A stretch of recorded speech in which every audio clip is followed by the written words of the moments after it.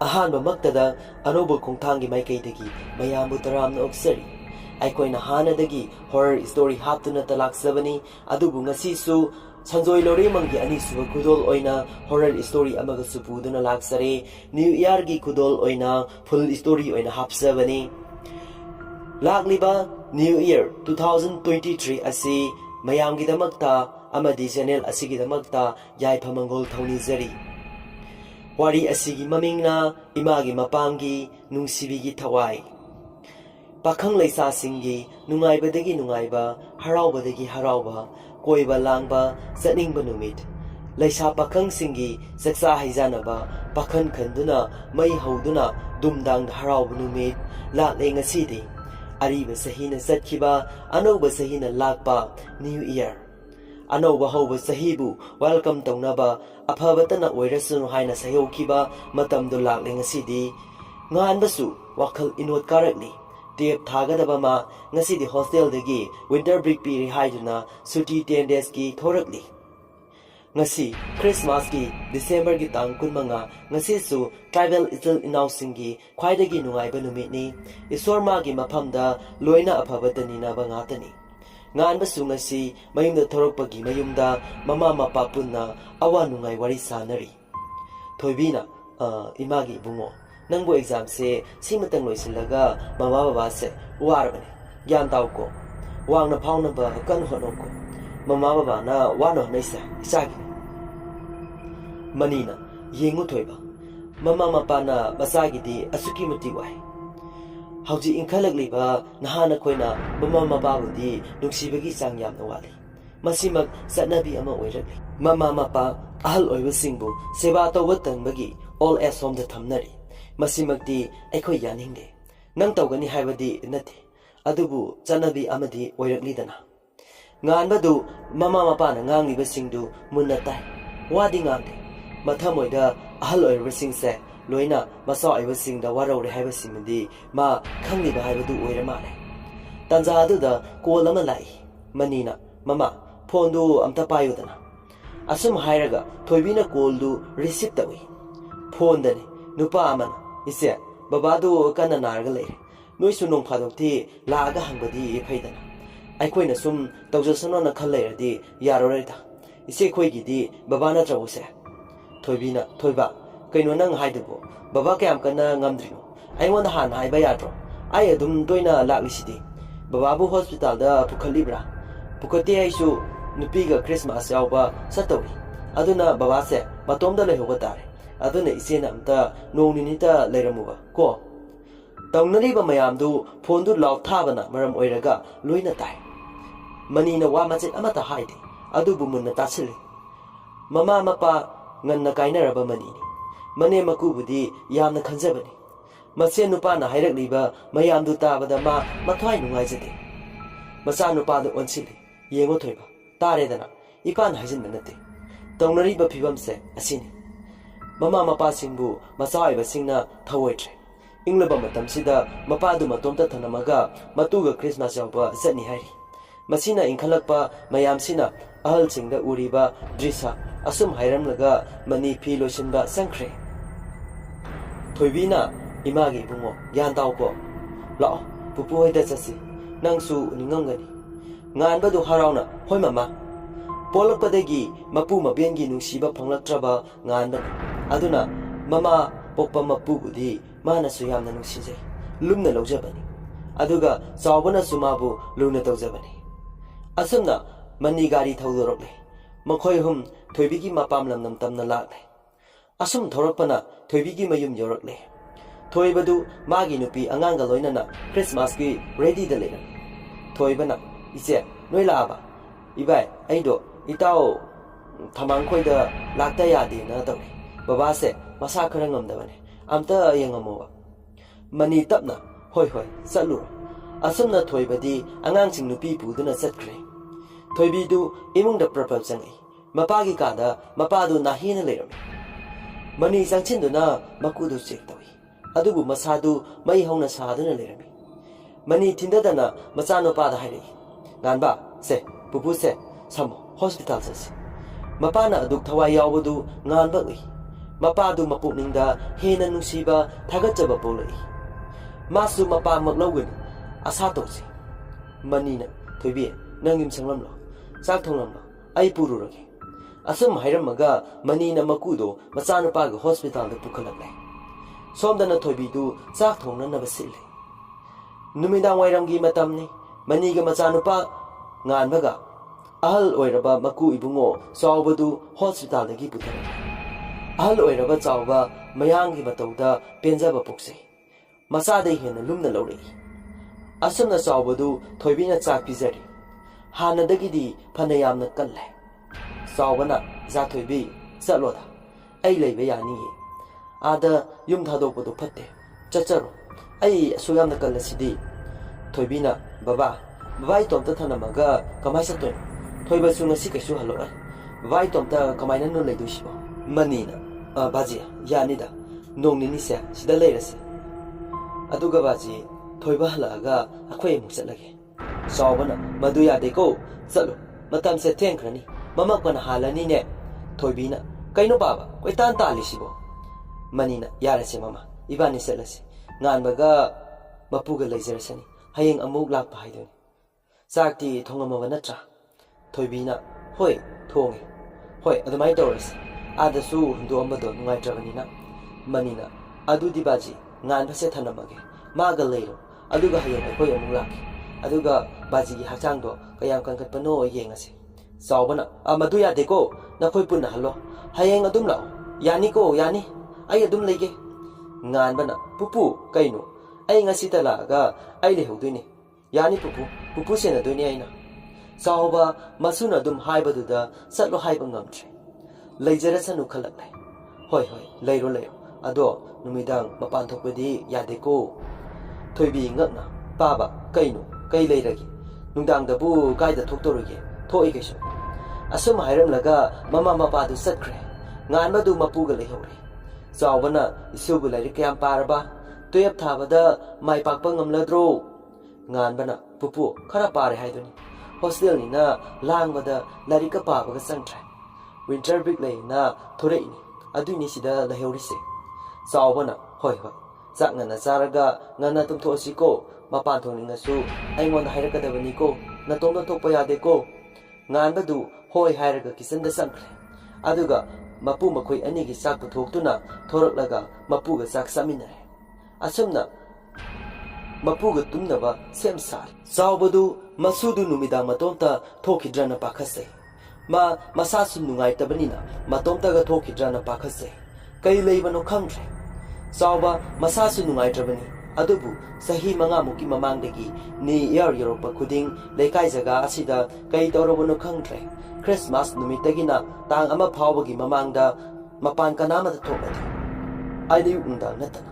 Adugini sawbana masudu mapan thoninjiba. Adugisu mathaksa machanupa thoibasu wari se khangde. Mapa sawbana day 25 Europa khuding mafam amada chatnanaba hek silli. December thada aduna wari se kemta khangda. Adubu handakti masana oina silaklabanina sawbana kaisu haidabida adubu hena dum phare khalai. Asum thenjalakpana mapu masudu tumthare. Sawba masaga khara nungaitabaga sasiliba guli hidaktuna mayai henbana tumthare. Somda nganbadi nahangaina hostel da pung 10 helaga tumbanina masida pung 3 tabada ngai. Karam kanda tumgani tumba yatre. Asumna ngayak hithari masu adubu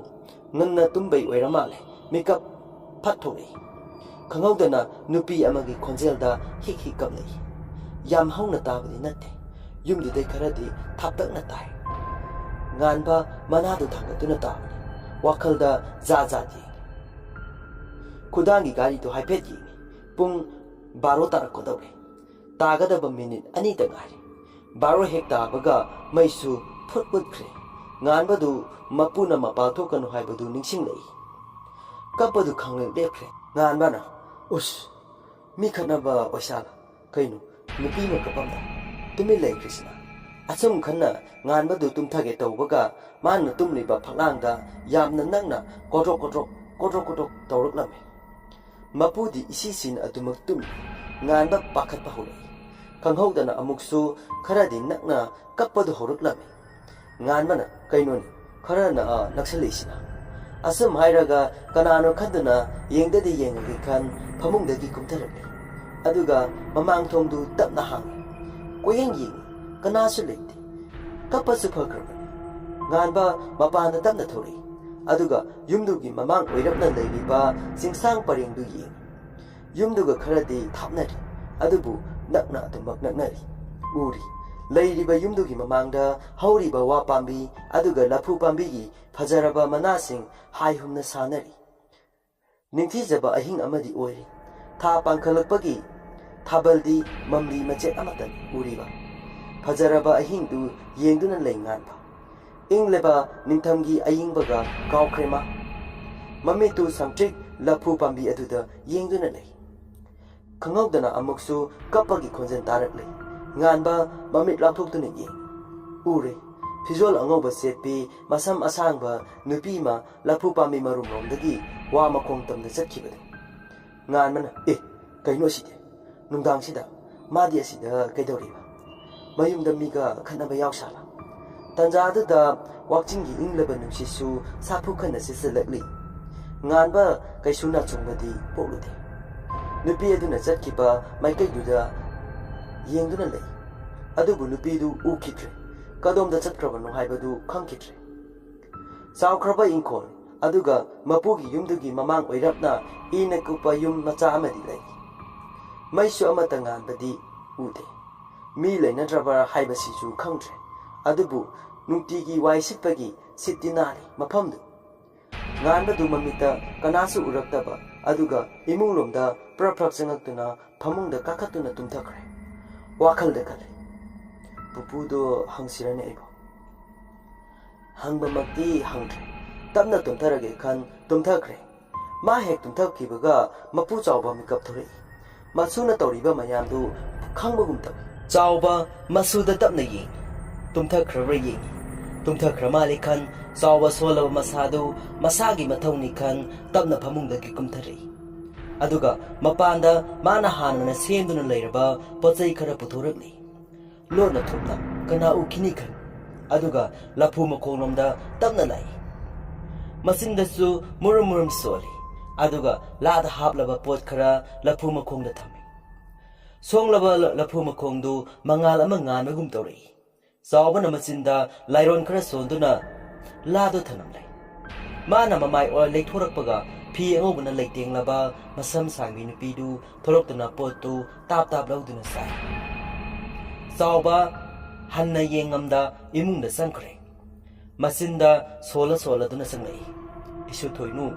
ꯅꯪꯕꯨ ꯀꯔꯝ ꯀꯥꯟꯗꯅꯣ ꯅꯅꯤꯡ ꯊꯨꯡꯒꯗꯣꯏꯁꯤꯕꯣ ꯅꯪꯒꯤ ꯃꯇꯦꯡ ꯄꯥꯡꯕ ꯉꯝꯕꯁꯨ ꯅꯠꯇꯦ ꯑꯩꯗꯤ ꯅꯪꯒꯤ ꯀꯨꯝꯒꯤ ꯆꯥꯛꯊꯨꯝ ꯊꯥꯗꯣꯛꯄꯒꯤ ꯂꯥꯏꯔꯣꯟꯁꯦ ꯈꯛꯇꯅꯤ ꯏꯄꯨꯅ ꯐꯥꯔꯤꯕ ꯅꯪꯕꯨ ꯀꯔꯤꯒꯤꯗꯃꯛ ꯑꯁꯨꯝꯅ ꯐꯥꯖꯤꯟꯗꯨꯅ ꯊꯝꯃꯤꯕꯅꯣ ꯐꯠꯇꯦꯗ ꯍꯦ ꯃꯤꯑꯣꯏꯕ ꯅꯪꯁꯦ ꯏꯁꯨꯁꯤꯕꯨ ꯅꯣꯏꯅ ꯑꯁꯨꯝ ꯊꯝꯕꯤꯕꯀꯣ ꯏꯁꯨꯒꯤ ꯃꯊꯧ ꯃꯉꯝ ꯄꯥꯡꯅꯕ ꯑꯩꯅ ꯍꯣꯠꯅꯔꯨꯕꯕꯨ ꯑꯩꯕꯨ ꯑꯋꯥꯐꯝ ꯇꯥꯍꯟꯗꯨꯅ ꯁꯤꯅꯤꯡꯁꯤꯗ ꯍꯤꯡꯍꯧꯕ ꯑꯩ ꯍꯧꯖꯤꯛ ꯀꯩꯗꯧꯕ ꯇꯥꯏ ꯇꯟꯖꯥꯁꯤꯅꯤ ꯑꯩꯅ ꯉꯥꯏꯗꯨꯅ ꯂꯥꯛꯄꯁꯨ ꯑꯁꯨꯛ ꯀꯨꯏꯕꯁꯦ ꯃꯥꯒꯤꯗꯃꯛ ꯀꯩꯁꯨ ꯍꯣꯠꯅꯕ ꯉꯝꯗꯦ ꯑꯗꯨꯅ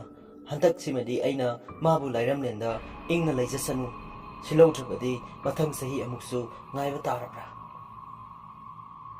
ꯑꯩꯅ ꯁꯤꯜꯂꯤꯁꯤꯕꯨ ꯑꯣꯏꯒꯗꯧꯔꯤꯕ꯭ꯔꯥ ꯑꯩꯒꯤ ꯊꯋꯥꯏꯁꯦ ꯊꯥꯔꯕꯁꯨ ꯅꯪꯒꯤꯗꯃꯛꯇ ꯍꯣꯠꯅꯔꯒꯦ ꯂꯦꯞꯄꯒꯦ ꯑꯗꯨꯕꯨ ꯉꯝꯗ꯭ꯔꯦꯀꯣ ꯍꯌꯦꯡ ꯑꯃꯨꯛ ꯊꯦꯡꯅꯔꯁꯤꯀꯣ ꯑꯁꯨꯝ ꯍꯥꯏꯅ ꯃꯨꯔꯨꯝ ꯃꯨꯔꯨꯝ ꯁꯣꯜꯂꯤ ꯉꯥꯟꯕꯗꯨ ꯇꯥꯔꯤꯕ ꯍꯥꯏꯗꯨ ꯑꯣꯏꯔ ꯃꯥꯜꯂꯦ ꯃꯄꯨꯛꯅꯤꯡꯗ ꯈꯜꯂꯦ ꯑꯣ ꯄꯨꯄꯨꯁꯦ ꯋꯥꯔꯤ ꯑꯃꯗ ꯂꯩ ꯑꯩ ꯀꯝꯗꯧꯅ ꯍꯪꯁꯤꯒꯦ ꯇꯧꯔꯤꯕ ꯊꯧꯔꯝ ꯄꯨꯝꯕ ꯄꯨꯄꯨꯁꯨ ꯈꯪꯉꯤ ꯑꯗꯨꯃꯛꯅ ꯑꯣꯏꯕ ꯇꯥꯏ ꯑꯩꯕꯨ ꯃꯥꯅ ꯁꯤꯗ ꯂꯩꯇꯅꯕ ꯍꯥꯏꯕꯗꯨ ꯑꯩ ꯄꯨꯄꯨꯗ ꯀꯝꯗꯧꯅ ꯍꯪꯁꯤꯒꯦ ꯍꯌꯦꯡ ꯑꯣꯏꯅ ꯍꯪꯂꯒꯦ ꯈꯟꯗꯨꯅ ꯃꯥ ꯉꯁꯤꯁꯦ ꯇꯨꯝꯊꯈ꯭ꯔꯦ ꯑꯗꯨꯕꯨ ꯆꯥꯎꯕꯗꯤ ꯃꯆꯤꯟꯗ ꯊꯣꯏꯅꯧꯒꯤꯗꯃꯛꯇ ꯅꯤꯟꯗꯥ ꯇꯧꯔꯤ ꯑꯁꯨꯝꯅ ꯅꯨꯃꯤꯠꯇꯨ ꯍꯧꯈ꯭ꯔꯦ ꯅꯣꯡꯉꯥꯟꯕꯒꯤ ꯑꯌꯨꯛꯅꯤ ꯃꯅꯤꯒ ꯊꯣꯏꯕꯤꯒ ꯌꯥꯝ ꯉꯟꯅ ꯂꯥꯛꯏ ꯃꯄꯥꯒꯤ ꯃꯁꯥꯗꯨ ꯄꯥꯏꯗꯨꯅ ꯌꯦꯡꯉꯤ ꯃꯄꯨ ꯃꯁꯨꯗꯤ ꯇꯨꯝꯂꯤ ꯍꯧꯖꯤꯛ ꯐꯥꯎꯕ ꯃꯅꯤꯅ ꯁꯤꯗꯤ ꯀꯩꯁꯨ ꯇꯧꯗ꯭ꯔꯦꯅ ꯌꯥꯝꯅ ꯐꯔꯦ ꯆꯥꯛ ꯄꯤꯖꯅꯕ ꯇꯧꯁꯤꯁꯦ ꯆꯥꯛꯇꯣ ꯉꯟꯅ ꯊꯣꯡꯂꯣ ꯑꯗꯨꯒ ꯍꯤꯗꯥꯛ ꯒꯨꯂꯤ ꯄꯤꯖꯅꯕ ꯇꯧꯁꯤ ꯊꯣꯏꯕꯤꯅ hoi mai pabung hairaga sak thong sang ngan badu mikap thorakpada mapa phamdun leibadu I tamna hgatuna paba kyang pirege lakpa manina nga wede thong samata lolamdre aduna ne kauroktrido saba phaktuna leiramde adum changabani ko ngan mana pupu ngarang mapan thopani aduda kaurambo iramni sawa sumi kap tholok le sawna mani ipa phareda ai adum leirage yagani nakoi adum hanjaro ngan mana pupu kaino mi ai se suti ni ai pupu ga dum leiradoi suti loitri phau hallar nungsiba masuna haiba wadu sawba hiktopa ngamde adubu mafam matamdi aduki matik sadra haibadani sawba tapna hoi hoi leiro adudi sawbana mani ai washroom da changuge ko asum haiduna phuk hogatli nganbana ngai pupu tapna taw sawba masugi kumai yingningli yam ansu oidrabanina adubu toinugi wakhaldi ma khanduna sulakli aduga nungsu yamna nungsijai mana sagaigi masu ahan adubu nganbaga lenga oirap laini adubu nganbadi ningol masanina sawbana ka hena naukonba phanglakte aduna thoinu pokpaga mana yam luna tawjabani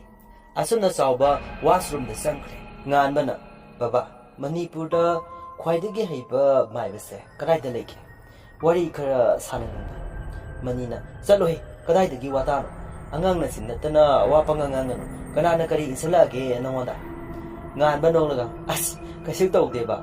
moise baba laiga ubro wariga sanangam jalo mi oisho ado mantra sikanana sare ino aduga makoina kamaina hairibo mani masagi wahangduda makok ngawre karino tawri sibo khale manina chalu taning dremi brush ka tawru cholo namana saglorangani nganwa tamna sangkhre mapada kirup yengdana asumna makhoi sak saminare adubu chawbasu kallabani chawbana masubu asoi angam thoktanaba mafamsida leheningtre adubu masunadi leini haidana leiba tari asumna maniga thoibiga di sakre nganba jaga singdu ngallingaida mitkuptani yengi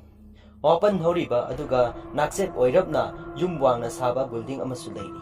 midi lenadaba male mine yengchinbidabai yam moda ure nakandana gari yadaba JCB dumper gari ayadaba ahum amasu leiri munna loina yengi sawgi yumgadi fencing tawdrabasu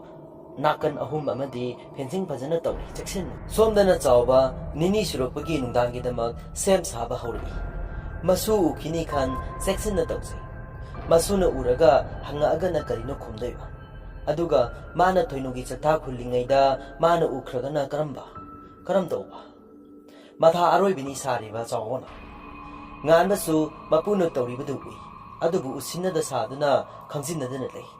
asuna numit taslei nganbana pupu ai chak thongage mamana nungdangi di chak thongamdre kari jang thongsa haino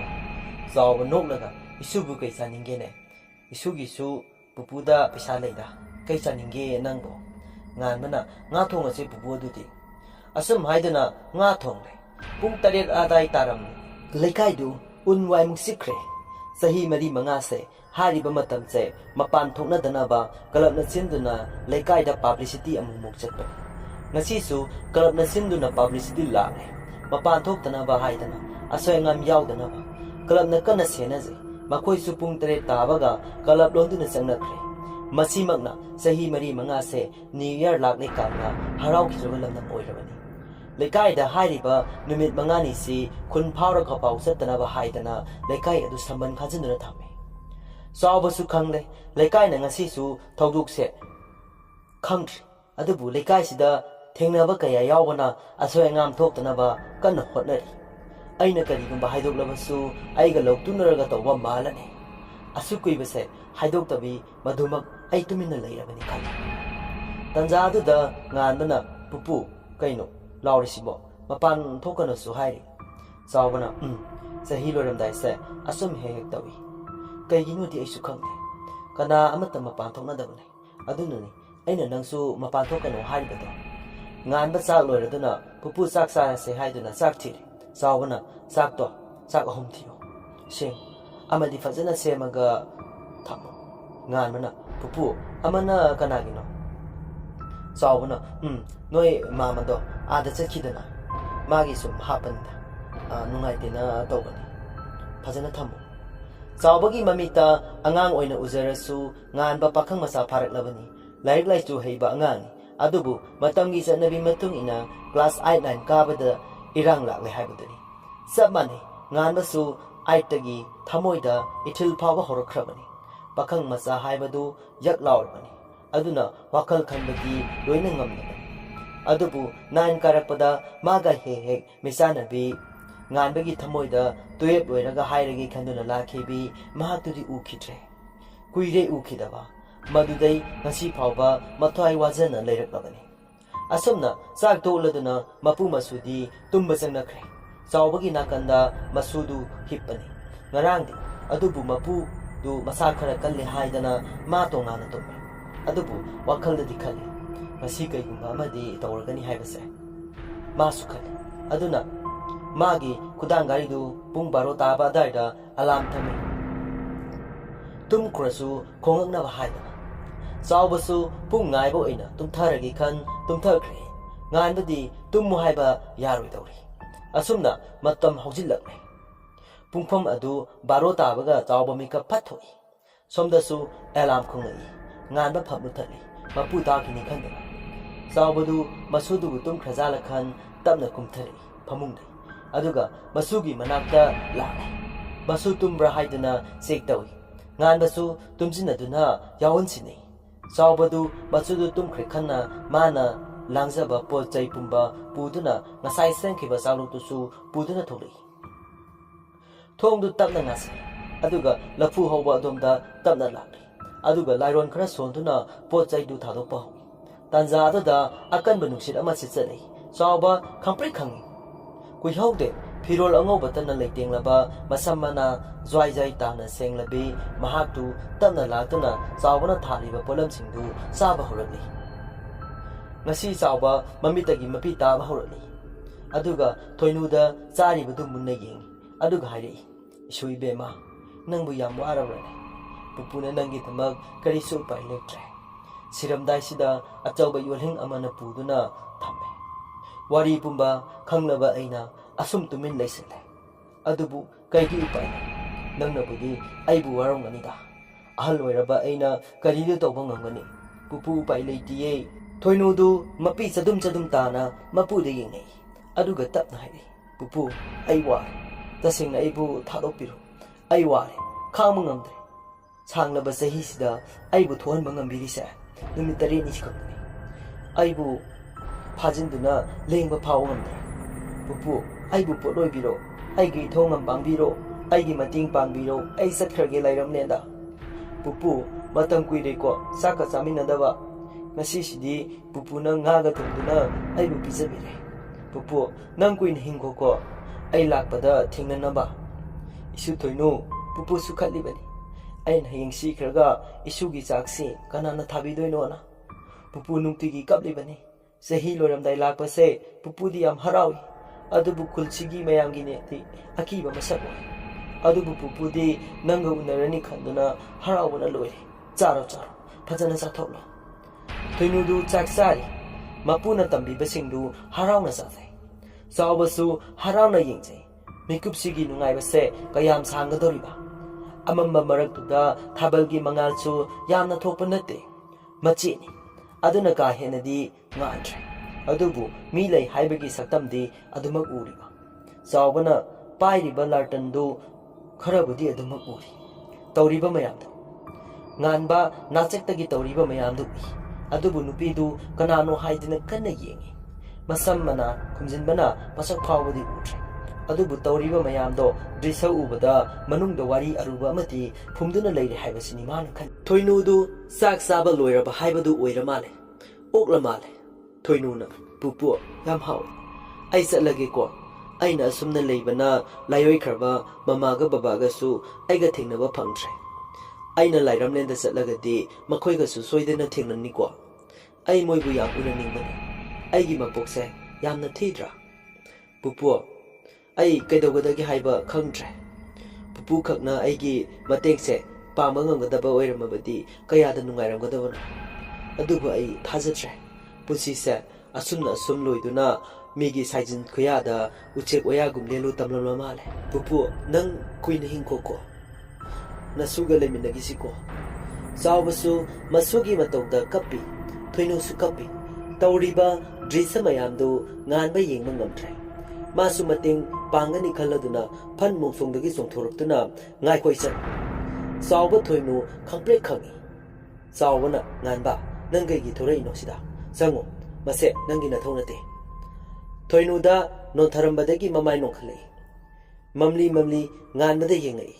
ꯃꯆꯤꯟꯗ ꯁꯣꯜꯂꯤ ꯉꯥꯟꯕ ꯉꯥꯟꯕꯅꯁꯨ ꯃꯆꯤꯟꯗ ꯁꯣꯜꯂꯤ ꯂꯥꯡꯂꯦꯟ ꯉꯥꯟꯕꯅ ꯂꯥꯡꯂꯦꯟ ꯅꯪ ꯃꯐꯝꯁꯤꯗ ꯀꯝꯗꯧꯅ ꯑꯩꯅꯗꯤ ꯅꯪ school ꯂꯥꯛꯈꯤꯅꯤ ꯈꯟ ꯀꯌꯥꯗ ꯀꯨꯏꯅ ꯉꯥꯏꯔꯛꯄ ꯑꯗꯨꯒ ꯅꯪꯗꯤ ꯑꯗꯨꯝ ꯂꯥꯛꯈꯤꯗ꯭ꯔꯦ ꯀꯦꯟꯇꯤꯟꯗ ꯑꯆꯥꯄꯣꯠ ꯆꯥꯃꯤꯟꯅꯈꯤꯕ ꯅꯨꯃꯤꯠꯇꯩ ꯅꯪ ꯁ꯭ꯀꯨꯜ ꯀꯥꯔꯛꯈꯤꯗ꯭ꯔꯦ ꯑꯗꯨꯒ ꯉꯁꯤꯅ ꯑꯁꯨꯝꯅ ꯀꯝꯗꯧꯅ ꯊꯣꯏꯅꯨꯅ ꯉꯥꯟꯕ ꯑꯩꯁꯨ ꯅꯪꯕꯨꯗꯤ ꯌꯥꯝ ꯎꯅꯤꯡꯈꯤꯕꯅꯤ ꯑꯗꯨꯕꯨ ꯑꯁꯨꯝ ꯊꯣꯛꯎ ꯇꯝꯕꯅ ꯉꯁꯤꯗꯤ ꯖꯦꯜꯒꯨꯝꯂꯕ ꯃꯐꯝꯁꯤꯗ ꯑꯩ ꯂꯦꯜꯂꯤꯁꯤꯅꯤ ꯑꯩ ꯀꯩꯗꯧꯒꯗꯕꯅꯣ ꯈꯪꯗ꯭ꯔꯦ ꯑꯗꯨꯕꯨ ꯉꯁꯤ ꯑꯩ ꯅꯪ ꯎꯕꯁꯦ ꯍꯥꯏꯅꯤꯡꯉꯥꯏ ꯂꯩꯇꯅ ꯅꯨꯡꯉꯥꯏꯖꯩ ꯅꯪ ꯑꯃꯨꯛꯇꯪꯗꯤ ꯎꯅꯖꯅꯤꯡꯈꯤꯕꯅꯤ ꯑꯗꯨꯕꯨ ꯉꯁꯤ ꯏꯁꯣꯔ ꯃꯥ ꯂꯩꯕꯅ ꯊꯦꯡꯅꯍꯜꯂꯦ ꯁꯦ ꯅꯪꯅ ꯑꯩꯉꯣꯟꯗ ꯁꯤꯕꯤꯈꯤꯕ ꯈꯨꯖꯤꯗꯣ ꯑꯩ ꯉꯁꯤꯁꯨ ꯆꯦꯛꯁꯤꯟꯅ ꯊꯝꯃꯤ ꯇꯨ ꯑꯁꯨꯝ ꯍꯥꯏꯗꯨꯅ ꯉꯥꯟꯕꯅ ꯅꯍꯥꯟꯋꯥꯏ ꯄꯟꯆꯝꯅꯤ ꯈꯨꯔꯨꯝꯕ ꯍꯜꯂꯛꯄꯗ ꯂꯥꯡꯂꯦꯟꯒꯤꯅꯤ ꯍꯥꯏꯗꯨꯅ ꯃꯍꯥꯛꯅ ꯂꯩꯔꯛꯈꯤꯕ ꯈꯨꯖꯤꯗꯨ ꯅꯤꯡꯁꯤꯡꯂꯛꯏ ꯆꯥꯒꯤ ꯈꯨꯖꯤꯅꯤ ꯆꯥꯎꯕ ꯉꯛꯅ ꯑꯅꯤꯗꯨꯒꯤ ꯃꯇꯧꯗꯨ ꯌꯦꯡꯗꯨꯅ ꯂꯩ ꯋꯥ ꯑꯃꯠꯇ ꯉꯥꯡꯗꯦ ꯉꯥꯟꯕꯒ ꯂꯥꯡꯂꯦꯟꯒ ꯀꯞꯂꯤ ꯑꯗꯨꯕꯨ ꯆꯥꯎꯕꯗꯤ ꯊꯣꯏꯅꯨꯁꯦ ꯂꯥꯡꯂꯦꯟ ꯀꯧꯏ ꯍꯥꯏꯕ ꯈꯪꯗꯦ ꯄꯣꯛꯄꯒ ꯆꯥꯎꯕꯅ ꯅꯨꯡꯁꯤꯅ ꯊꯣꯟꯈꯤꯕ ꯃꯤꯡꯅꯤ ꯊꯣꯏꯅꯨ ꯑꯗꯨꯗꯒꯤ ꯂꯩꯀꯥꯏꯅ ꯃꯥꯕꯨ ꯊꯣꯏꯅꯨ ꯑꯗꯨꯝ ꯀꯧꯈ꯭ꯔꯦ ꯃꯄꯥꯅ ꯅꯥꯏꯇꯣꯝ ꯄꯣꯛꯄꯤ ꯂꯥꯡꯂꯦꯟ ꯍꯥꯏꯅ ꯊꯣꯟꯕꯤꯔꯝꯃꯤ ꯑꯁꯨꯝꯅ ꯑꯋꯥ ꯅꯨꯡꯉꯥꯏ ꯄꯥꯎꯗꯝꯅꯩ ꯃꯈꯣꯏ ꯑꯅꯤ ꯊꯦꯡꯂꯕ ꯑꯍꯤꯡꯒꯤ ꯃꯇꯝꯅꯤ ꯂꯥꯡꯂꯦꯟꯅ ꯉꯥꯟꯕ ꯑꯩ ꯃꯇꯝꯁꯦ ꯌꯥꯗ꯭ꯔꯦ ꯏꯃꯥꯅ ꯑꯩꯕꯨ ꯀꯧꯔꯦ ꯆꯠꯂꯒꯦ ꯍꯌꯦꯡ ꯑꯃꯨꯛ ꯂꯥꯛꯂꯒꯦ ꯅꯪꯁꯨ ꯊꯣꯛꯄꯤꯔꯛꯎꯀꯣ ꯉꯥꯟꯕ ꯍꯥꯏꯗꯨꯅ ꯃꯉꯛꯇꯨ ꯅꯣꯝꯃꯤ ꯌꯥꯝ ꯅꯧꯅ ꯃꯄꯥꯡ ꯀꯥꯏꯅꯔꯕ ꯃꯁꯨ ꯎꯕꯗ ꯆꯥꯎꯕ ꯑꯅꯤꯒꯤ ꯈꯟꯕꯗ ꯑꯃꯨꯛꯀ ꯍꯦꯟꯅ ꯋꯥꯕ ꯍꯧꯔꯛꯂꯦ ꯋꯥꯈꯜ ꯁꯣꯟꯖꯤꯟꯈ꯭ꯔꯦ ꯑꯁꯨꯝꯅ ꯂꯥꯡꯂꯦꯟ ꯉꯥꯟꯕꯗ ꯌꯦꯡꯗꯨꯅ ꯆꯠꯈ꯭ꯔꯦ ꯉꯥꯟꯕꯅ ꯃꯄꯨꯕꯨ ꯀꯣꯡꯈꯠꯇꯨꯅ ꯃꯌꯨꯝꯗ ꯀꯥꯗ ꯄꯨꯁꯤꯜꯂꯛꯂꯦ ꯃꯄꯨꯗꯨ ꯃꯁꯥ ꯁꯣꯜꯂꯦ ꯍꯥꯏꯕ ꯈꯪꯂꯦ ꯑꯗꯨꯅ ꯃꯄꯨꯒꯤꯅꯤ ꯍꯥꯏꯗꯅ ꯅꯨꯡꯗꯥꯡꯗꯨꯗ ꯀꯣꯏꯊꯤ ꯊꯤꯗꯨꯅ ꯀꯨꯏꯅꯗꯒꯤ ꯂꯩꯔꯛꯂꯕ ꯇꯣꯔꯕꯣꯠ ꯑꯗꯨ ꯈꯥꯏꯗꯨꯅ ꯆꯝꯐꯨꯠ ꯐꯨꯠꯂꯤ ꯑꯗꯨꯒ ꯃꯄꯨꯕꯨ ꯋꯥꯇꯔ ꯕꯦꯛ ꯇꯧꯗꯨꯅ ꯁꯥꯒꯠꯅꯕ ꯍꯣꯠꯅꯔꯛꯂꯤ ꯃꯁꯨꯒꯤ ꯃꯇꯧꯗ ꯅꯨꯡꯁꯤꯕꯅ ꯉꯥꯎꯔꯕ ꯆꯥꯎꯕ ꯃꯁꯨꯕꯨ ꯅꯨꯡꯁꯤꯕ ꯈꯥꯡꯍꯦꯟ ꯍꯦꯟꯖꯤꯜꯂꯛꯏ ꯃꯔꯛ ꯑꯁꯤꯗ ꯍꯥꯟꯅꯗꯒꯤ ꯊꯣꯏꯅꯨꯒ ꯉꯥꯟꯕꯒ ꯈꯪꯅꯖꯔꯛꯂꯤꯕ ꯑꯁꯨꯛ ꯂꯨꯅ ꯍꯦ ꯏꯁꯣꯔ ꯀꯔꯤꯅꯣ ꯅꯪꯅ ꯏꯟꯈꯠꯂꯛꯂꯤꯕ ꯑꯅꯤꯁꯤꯗ ꯇꯧꯕꯤꯔꯤꯕ ꯂꯤꯂꯥꯁꯦ ꯑꯁꯨꯝꯅ ꯉꯥꯟꯕꯅ ꯃꯄꯨꯕꯨ ꯆꯐꯨꯠ ꯏꯟꯕꯤꯔꯤ ꯑꯗꯨꯒ ꯉꯁꯤꯗꯤ ꯄꯣꯊꯥꯔꯣ ꯍꯥꯏꯗꯅ ꯄꯣꯊꯥꯍꯜꯂꯦ ꯉꯁꯤꯗꯤ ꯑꯍꯤꯡꯗꯨ ꯏꯆꯤꯛ ꯆꯤꯛꯂꯦ ꯉꯥꯟꯕꯁꯨ ꯇꯨꯝꯕ ꯆꯪꯂꯛꯂꯦ ꯋꯥꯈꯜꯗꯤ ꯂꯥꯡꯂꯦꯟꯗꯤ ꯀꯟꯅ ꯋꯥꯖꯔꯛꯏ ꯑꯉꯥꯡ ꯑꯣꯏꯕꯒꯤ ꯏꯟꯈꯠꯂꯛꯄꯒꯤ ꯋꯥꯈꯜ ꯐꯥꯊꯕ ꯉꯝꯗ꯭ꯔꯤꯕ ꯃꯇꯝꯅꯤꯅ ꯏ ꯈꯦꯡꯒꯠꯂꯛꯏ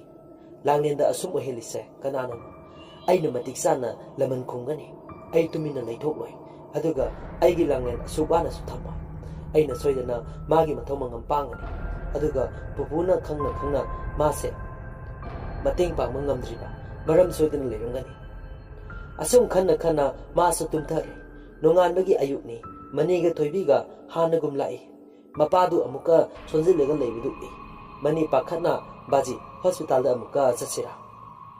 ꯆꯥꯎꯕꯅ ꯌꯥꯅꯤꯗ ꯑꯩ ꯀꯩꯁꯨ ꯇꯧꯗꯦ ꯉꯥꯟꯕꯅ ꯕꯕꯥ ꯄꯨꯄꯨ ꯀꯩꯁꯨ ꯇꯧꯔꯣꯏꯗ ꯑꯩꯒ ꯂꯩꯕꯅꯤꯅ ꯀꯜꯂꯗꯧꯅꯦ ꯗꯣꯛꯇꯔ ꯆꯠꯇ꯭ꯔꯁꯨ ꯌꯥꯒꯅꯤ ꯑꯩ ꯊꯣꯛꯄ ꯇꯧꯔꯒꯦ ꯃꯃꯥꯒ ꯕꯕꯥꯒ ꯍꯜꯂꯣ ꯍꯌꯦꯡ ꯑꯣꯏꯅ ꯂꯥꯛꯑꯣ ꯃꯅꯤꯅ ꯅꯪꯅ ꯍꯦꯛ ꯉꯥꯡꯕ ꯋꯥꯁꯦ ꯑꯩꯁꯦ ꯁꯥꯕꯤꯡ ꯂꯥꯎꯕ ꯋꯥ ꯉꯥꯛꯇ ꯑꯉꯥꯡꯒꯤ ꯋꯥꯉꯥꯡ ꯅꯠꯇꯕ ꯑꯃ ꯌꯥꯎꯔꯤꯌꯦ ꯃꯗꯨ ꯇꯧꯕꯅꯤ ꯆꯥꯎꯕꯅ ꯏꯁꯨꯅ ꯍꯥꯏꯁꯦ ꯆꯨꯝꯃꯦ ꯃꯅꯤ ꯅꯣꯏ ꯆꯠꯂꯣ ꯍꯌꯦꯡ ꯑꯣꯏꯅ ꯂꯥꯛꯂꯣ ꯑꯩ ꯏꯁꯨꯒ ꯋꯥꯔꯤ ꯁꯥꯗꯧꯕ ꯂꯩꯀꯣ ꯅꯣꯏ ꯇꯥꯕ ꯌꯥꯕ ꯌꯥꯗꯕ ꯍꯥꯏꯕ ꯑꯃ ꯂꯩꯔꯦ ꯑꯗꯨꯅꯅꯤ ꯊꯣꯏꯕꯤ ꯉꯛꯅ ꯀꯩꯅꯣ ꯄꯥꯕꯅ ꯍꯥꯏꯗꯨꯕꯨ ꯄꯦꯇꯋꯥꯁꯤꯗ ꯀꯔꯤ ꯋꯥꯔꯤꯅꯣ ꯇꯥꯟꯅꯗꯣꯏꯁꯤꯕꯣ ꯑꯉꯥꯡ ꯃꯆꯥꯁꯤꯒ ꯄꯥꯕꯅ ꯗꯔꯀꯥꯔ ꯑꯣꯏꯕꯗꯣ ꯑꯩꯈꯣꯏꯗ ꯑꯣꯏꯅ ꯍꯥꯏꯌꯣ ꯃꯃꯥ ꯃꯄꯥ ꯑꯅꯤꯗꯨ ꯃꯆꯥꯗꯨ ꯀꯔꯤ ꯁꯤꯖꯤꯟꯅꯗꯣꯏꯅꯣ ꯄꯥꯈꯠꯂꯤꯕ ꯍꯥꯏꯕꯗꯨ ꯑꯣꯏꯔ ꯃꯥꯜꯂꯦ ꯁꯣꯝꯗ ꯃꯄꯨ ꯃꯁꯨꯅ ꯈꯟꯅꯔꯤꯁꯤꯒ ꯑꯣꯟꯊꯣꯛꯅ ꯈꯦꯠꯅꯔꯦ ꯆꯥꯎꯕꯅ ꯏꯆꯥ ꯊꯣꯏꯕꯤ ꯀꯩꯁꯨ ꯇꯧꯔꯣꯏꯅꯦ ꯆꯠꯂꯣ ꯉꯁꯤꯒꯤ ꯆꯥꯛ ꯊꯣꯡꯉꯝꯃꯣ ꯑꯗꯨꯒ ꯅꯇꯩ ꯅꯅꯥꯎ ꯆꯠꯈ꯭ꯔꯣ ꯏꯁꯨꯒ ꯑꯩꯒꯗꯤ ꯃꯥ ꯁꯨꯇꯤ ꯂꯣꯏꯗ꯭ꯔꯤ ꯐꯥꯎꯕ ꯂꯩꯃꯤꯟꯅꯔꯒꯦ ꯑꯁꯨꯝ ꯍꯥꯏꯔꯒ ꯊꯣꯏꯕꯤꯗꯨ ꯐꯦꯠ ꯂꯥꯎꯔꯝꯂꯒ ꯆꯥꯛꯈꯨꯝꯗ ꯆꯪꯈꯤ ꯃꯅꯤꯗꯨ ꯃꯃꯤꯠ ꯂꯩꯔꯒ ꯌꯦꯡꯗꯨꯅ ꯂꯩꯍꯧꯏ ꯑꯁꯨꯝꯅ ꯆꯥꯛ ꯊꯣꯡꯂꯝꯂꯒ ꯃꯅꯤꯒ ꯊꯣꯏꯕꯤꯒ ꯆꯠꯈ꯭ꯔꯦ ꯉꯥꯟꯕ ꯊꯤꯟꯗꯗꯅ ꯇꯧꯗꯅ ꯃꯄꯨꯒꯤ ꯃꯅꯥꯛꯇ ꯂꯥꯛꯏ ꯄꯨꯄꯨ ꯆꯥꯛ ꯂꯥꯝꯂꯕ꯭ꯔꯣ ꯆꯥꯔꯁꯤꯔꯣ ꯆꯥꯎꯕꯅ ꯆꯥꯔꯁꯤ ꯑꯁꯨꯝ ꯍꯥꯏꯔꯒ ꯆꯥꯛ ꯆꯥꯊꯣꯛꯂꯦ ꯃꯁꯨꯅ ꯋꯥꯍꯪ ꯄꯔꯦꯡ ꯍꯪꯂꯛꯂꯅꯤ ꯍꯥꯏꯕꯒꯤ ꯆꯥꯎꯕ ꯈꯪꯏ ꯑꯗꯨꯅ ꯃꯥꯁꯨ ꯈꯨꯝꯂꯒꯦ ꯍꯥꯏꯕꯒꯤ ꯃꯇꯥꯒꯨꯝ ꯁꯦꯝ ꯁꯥꯗꯨꯅ ꯂꯩꯔꯕꯅꯤ ꯉꯥꯟꯕꯅ ꯄꯨꯄꯨ ꯂꯥꯡꯂꯦꯟꯒꯤ ꯃꯇꯥꯡꯁꯦ ꯀꯩꯅꯣ ꯋꯥꯔꯤꯁꯦ ꯀꯃꯥꯏꯅ ꯇꯧꯕꯅꯣ ꯑꯩꯕꯨ ꯚꯥꯞ ꯇꯥꯍꯟꯕꯤꯌꯨ ꯃꯥꯅ ꯁꯤ ꯐꯤꯕꯝꯁꯤꯗ ꯂꯩꯔꯦ ꯍꯥꯏꯕꯗꯤ ꯑꯩ ꯈꯪꯗ꯭ꯔꯦ ꯃꯥꯒ ꯑꯩꯒ ꯁ꯭ꯀꯨꯜ ꯄꯨꯟꯅ ꯇꯝꯃꯤꯟꯅꯩ ꯑꯩꯒꯤ ꯈ꯭ꯋꯥꯏꯗꯒꯤ ꯆꯥꯟꯅꯕꯤ ꯐ꯭ꯔꯦꯟꯅꯤ ꯆꯥꯎꯕ ꯃꯁꯨꯒꯤ ꯋꯥꯗꯨ ꯚꯥꯞ ꯇꯥꯏ ꯁꯣꯔ ꯁꯥꯡꯅ ꯑꯃ ꯍꯣꯟꯇꯣꯛꯏ ꯑꯗꯨꯒ ꯍꯥꯏꯔꯛꯏ ꯇꯥꯔꯣ ꯅꯨꯄꯥ ꯃꯆꯥ ꯄꯨꯄꯨ ꯋꯥꯔꯤ ꯑꯁꯦ ꯂꯤꯔꯒꯦ ꯑꯁꯨꯝ ꯍꯥꯏꯔꯒ ꯆꯥꯎꯕꯅ ꯋꯥꯔꯤ ꯂꯤꯕ ꯍꯧꯔꯛꯂꯝꯃꯤ ꯆꯍꯤ 5ꯒꯤ ꯃꯃꯥꯡꯒꯤ ꯋꯥꯔꯤꯅꯤ ꯔꯥꯖꯦꯟ ꯑꯃꯗꯤ ꯔꯘꯨ ꯃꯆꯤꯟ ꯃꯅꯥꯎꯅꯤ ꯔꯥꯖꯦꯟꯅ ꯑꯍꯟꯅꯤ ꯂꯥꯏꯔꯤꯛ ꯂꯥꯏꯁꯨ ꯍꯩ ꯊꯧꯒꯜꯂꯣꯟ ꯕꯦꯕꯥꯔ ꯈꯪꯏ ꯃꯤꯅ ꯅꯨꯡꯁꯤ MLA ꯃꯟꯇ꯭ꯔꯤꯅ ꯌꯥꯝꯅ ꯌꯥꯏ ꯑꯆꯧ ꯑꯁꯥꯡ ꯁꯪꯒ ꯇꯧꯏ ꯊꯤꯀꯥꯗꯥꯔ ꯑꯐꯥꯎꯕꯅꯤ ꯑꯗꯨꯒ ꯔꯘꯨꯅ ꯃꯅꯥꯎ ꯅꯨꯄꯥꯅꯤ ꯃꯥꯒꯤ ꯊꯕꯛ ꯊꯧꯔꯝ ꯄꯨꯝꯕ ꯃꯅꯥꯎ ꯅꯨꯄꯥ ꯔꯘꯨꯅ ꯃꯣꯍꯣꯔꯤ ꯑꯣꯏꯅ ꯊꯕꯛ ꯁꯤꯟꯅꯩ ꯃꯇꯝ ꯄꯨꯝꯕꯗ ꯃꯆꯤꯟ ꯃꯅꯥꯎ ꯅꯨꯡꯁꯤ ꯆꯥꯟꯅꯅ ꯂꯩ ꯇꯧꯕꯇꯕꯨ ꯔꯥꯖꯦꯟꯒꯤ ꯅꯨꯄꯤ ꯔꯣꯃꯥ ꯃꯆꯥꯅꯨꯄꯤ ꯂꯥꯡꯂꯦꯟ ꯅꯠꯇꯅ ꯑꯉꯥꯡ ꯃꯈꯥ ꯇꯥꯗ꯭ꯔꯦ ꯑꯗꯨꯕꯨ ꯔꯥꯖꯦꯟꯗꯨ ꯀꯩꯁꯨ ꯅꯥꯆꯨꯡꯗꯦ ꯃꯆꯥꯒꯤ ꯃꯆꯥ ꯉꯥꯛꯇꯅꯤ ꯈꯜꯂꯤ ꯑꯗꯨꯅ ꯃꯆꯥ ꯂꯥꯡꯂꯦꯟꯗꯨ ꯐꯖꯅ ꯁꯦꯝꯒꯦ ꯈꯜꯂꯤ ꯃꯇꯝꯗꯨ ꯂꯥꯡꯂꯦꯟ ꯀ꯭ꯂꯥꯁ 8 ꯀꯥꯔꯦ ꯃꯁꯛ ꯃꯇꯧ ꯐꯖꯩ ꯃꯃꯥ ꯃꯄꯥꯒꯤ ꯅꯥꯏꯇꯣꯝ ꯄꯣꯛꯄꯤ ꯑꯁꯥꯅꯤ ꯑꯗꯨ ꯔꯘꯨꯒꯤꯅ ꯃꯆꯥꯅꯨꯄꯥ ꯑꯅꯤꯅꯤ ꯈꯥꯕ ꯑꯃꯗꯤ ꯖꯣꯅꯤ ꯐꯥꯏꯕꯣꯡꯅꯤ ꯀ꯭ꯂꯥꯁ 7 ꯂꯣꯏꯅ ꯇꯝꯃꯤ ꯔꯘꯨ ꯑꯆꯥꯎ ꯑꯔꯝ ꯌꯥꯝꯅ ꯄꯥꯝꯕ ꯃꯤꯁꯛ ꯑꯅꯤ ꯑꯗꯨꯒ ꯃꯆꯥꯒꯁꯦ ꯁ꯭ꯀꯨꯜ ꯈꯨꯡꯒꯪ ꯁ꯭ꯋꯥꯏꯗ ꯇꯝꯍꯟꯗꯦ ꯏꯝꯐꯥꯜꯗ ꯍꯣꯁꯇꯦꯜꯗ ꯂꯣꯏꯅ ꯊꯝꯃꯤ ꯔꯥꯖꯦꯟꯗꯤ ꯃꯆꯥꯅꯨꯄꯤ ꯃꯇꯣꯝꯇꯅꯤꯅ ꯃꯥ ꯎꯗ꯭ꯔꯗꯤ ꯂꯩꯕ ꯉꯝꯃꯔꯣꯏꯅ ꯈꯨꯡꯒꯪ ꯃꯅꯥꯛ ꯑꯗꯨꯗ ꯑꯗꯨꯃꯛ ꯇꯝꯍꯜꯂꯤ ꯊꯝꯕꯥꯜ ꯍꯥꯌꯔ ꯁꯦꯀꯦꯟꯗꯔꯤꯗ ꯃꯁꯤꯗꯅꯤ ꯉꯥꯟꯕꯁꯨ ꯇꯝꯂꯤꯕꯁꯤ ꯅꯣꯡꯃꯒꯤ ꯅꯨꯃꯤꯠꯅꯤ ꯔꯥꯖꯦꯟꯒꯤ ꯅꯨꯄꯤ ꯃꯦꯃ ꯈꯪꯍꯧꯗꯅ ꯋꯥꯟꯊꯔꯛꯂꯦ ꯔꯘꯨꯒꯤ ꯅꯨꯄꯤ ꯁꯈꯤꯅ ꯃꯆꯦꯗꯨ ꯊꯦꯡꯅꯗꯨꯅ ꯀꯣꯟꯈꯠꯂꯒ ꯏꯁꯤꯡ ꯊꯥꯗꯨꯅ ꯂꯥꯛꯅꯔꯤ ꯇꯟꯖꯥꯗꯨꯗ ꯔꯘꯨ ꯆꯦꯟꯈꯠꯂꯛꯇꯨꯅ ꯃꯇꯩꯃ ꯀꯩꯗꯧꯔꯒꯦ ꯍꯥꯏꯗꯨꯅ ꯍꯣꯁꯄꯤꯇꯥꯜꯗ ꯄꯨꯈꯠꯂꯛꯂꯦ ꯃꯌꯥꯝꯕ ꯔꯥꯖꯦꯟꯗꯁꯨ ꯄꯥꯎ ꯄꯤꯔꯦ